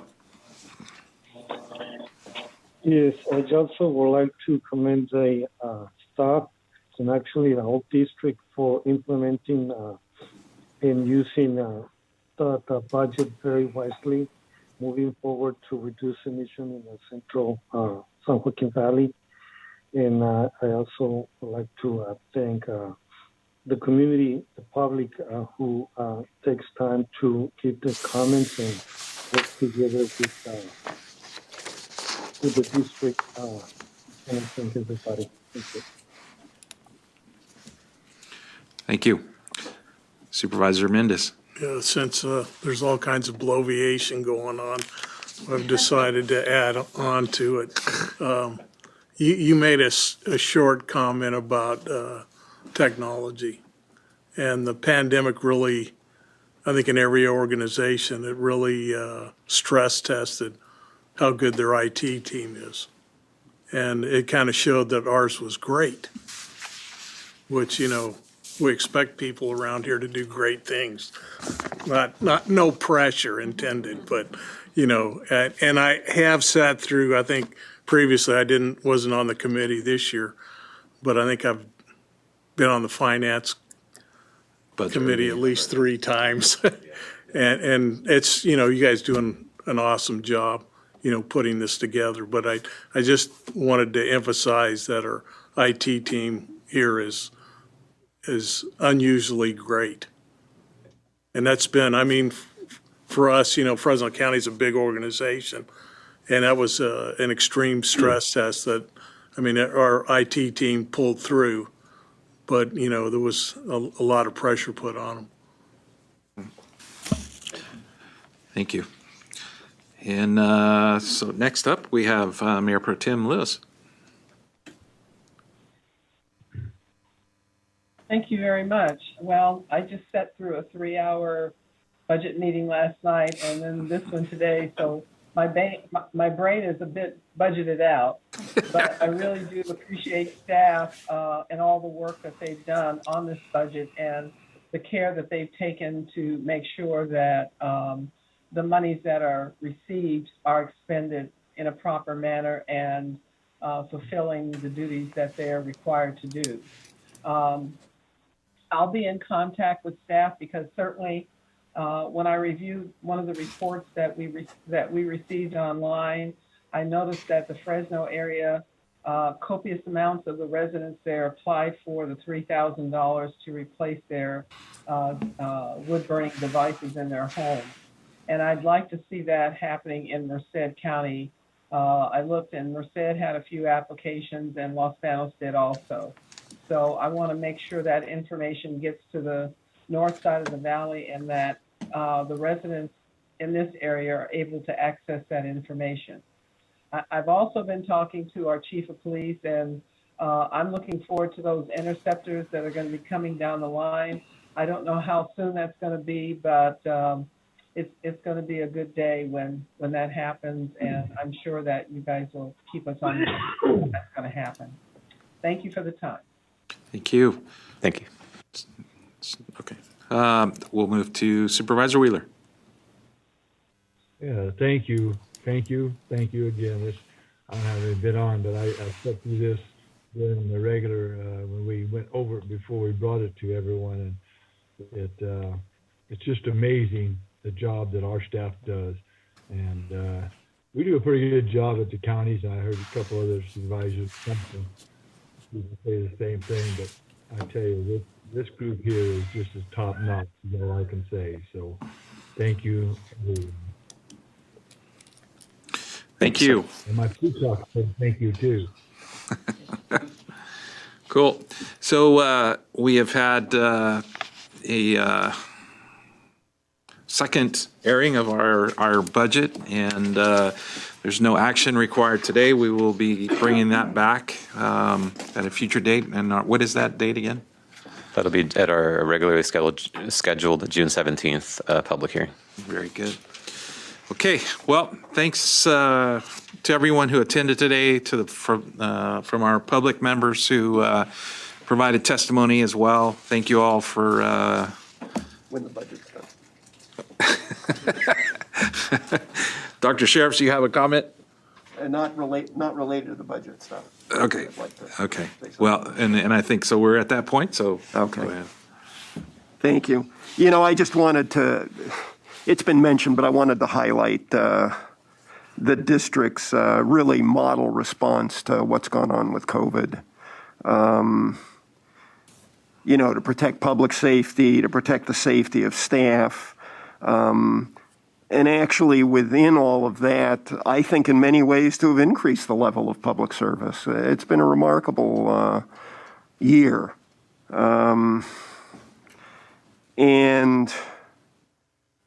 As we make progress within in-person meetings, I think it's important to reflect on a lot of that. And it's important to reflect because the pandemic is not over. California's made great progress in lowering transmission and lowering deaths, getting kids back to school, rebounding in employment. But that progress could be easily reversed. And if you look at what's happening in the world right now, today, thousands are dying every day in India. And Taiwan, that remarkably, literally a handful of cases in the last year. In the last 2 weeks, they've had more cases than they had in the previous year. So, this is something that is just waiting for us to lower our guard, stop paying attention. We don't know what's in the future. There are new variants. Are we going to need booster shots? So I really want to thank the staff again for the excellent job they've done working at a distance. I don't think we're going to go back to the way it was, and I don't think we should, because I think we've learned some ways to do things better. And hopefully to help us anticipate potential, and I say potential, but no, it's clear epidemics will happen again in the future. Is it going to be next year, 5 years, 20 years? They've happened before, they'll happen again. So hopefully amnesia will not be the last stage of this pandemic, but we will remember and move forward. None of us like masking. It's not fun, but my gosh, haven't seen any flu this year. We've learned something. We've all learned how to wash our hands. I hope we don't stop doing that. It has great benefits in so many areas of public health.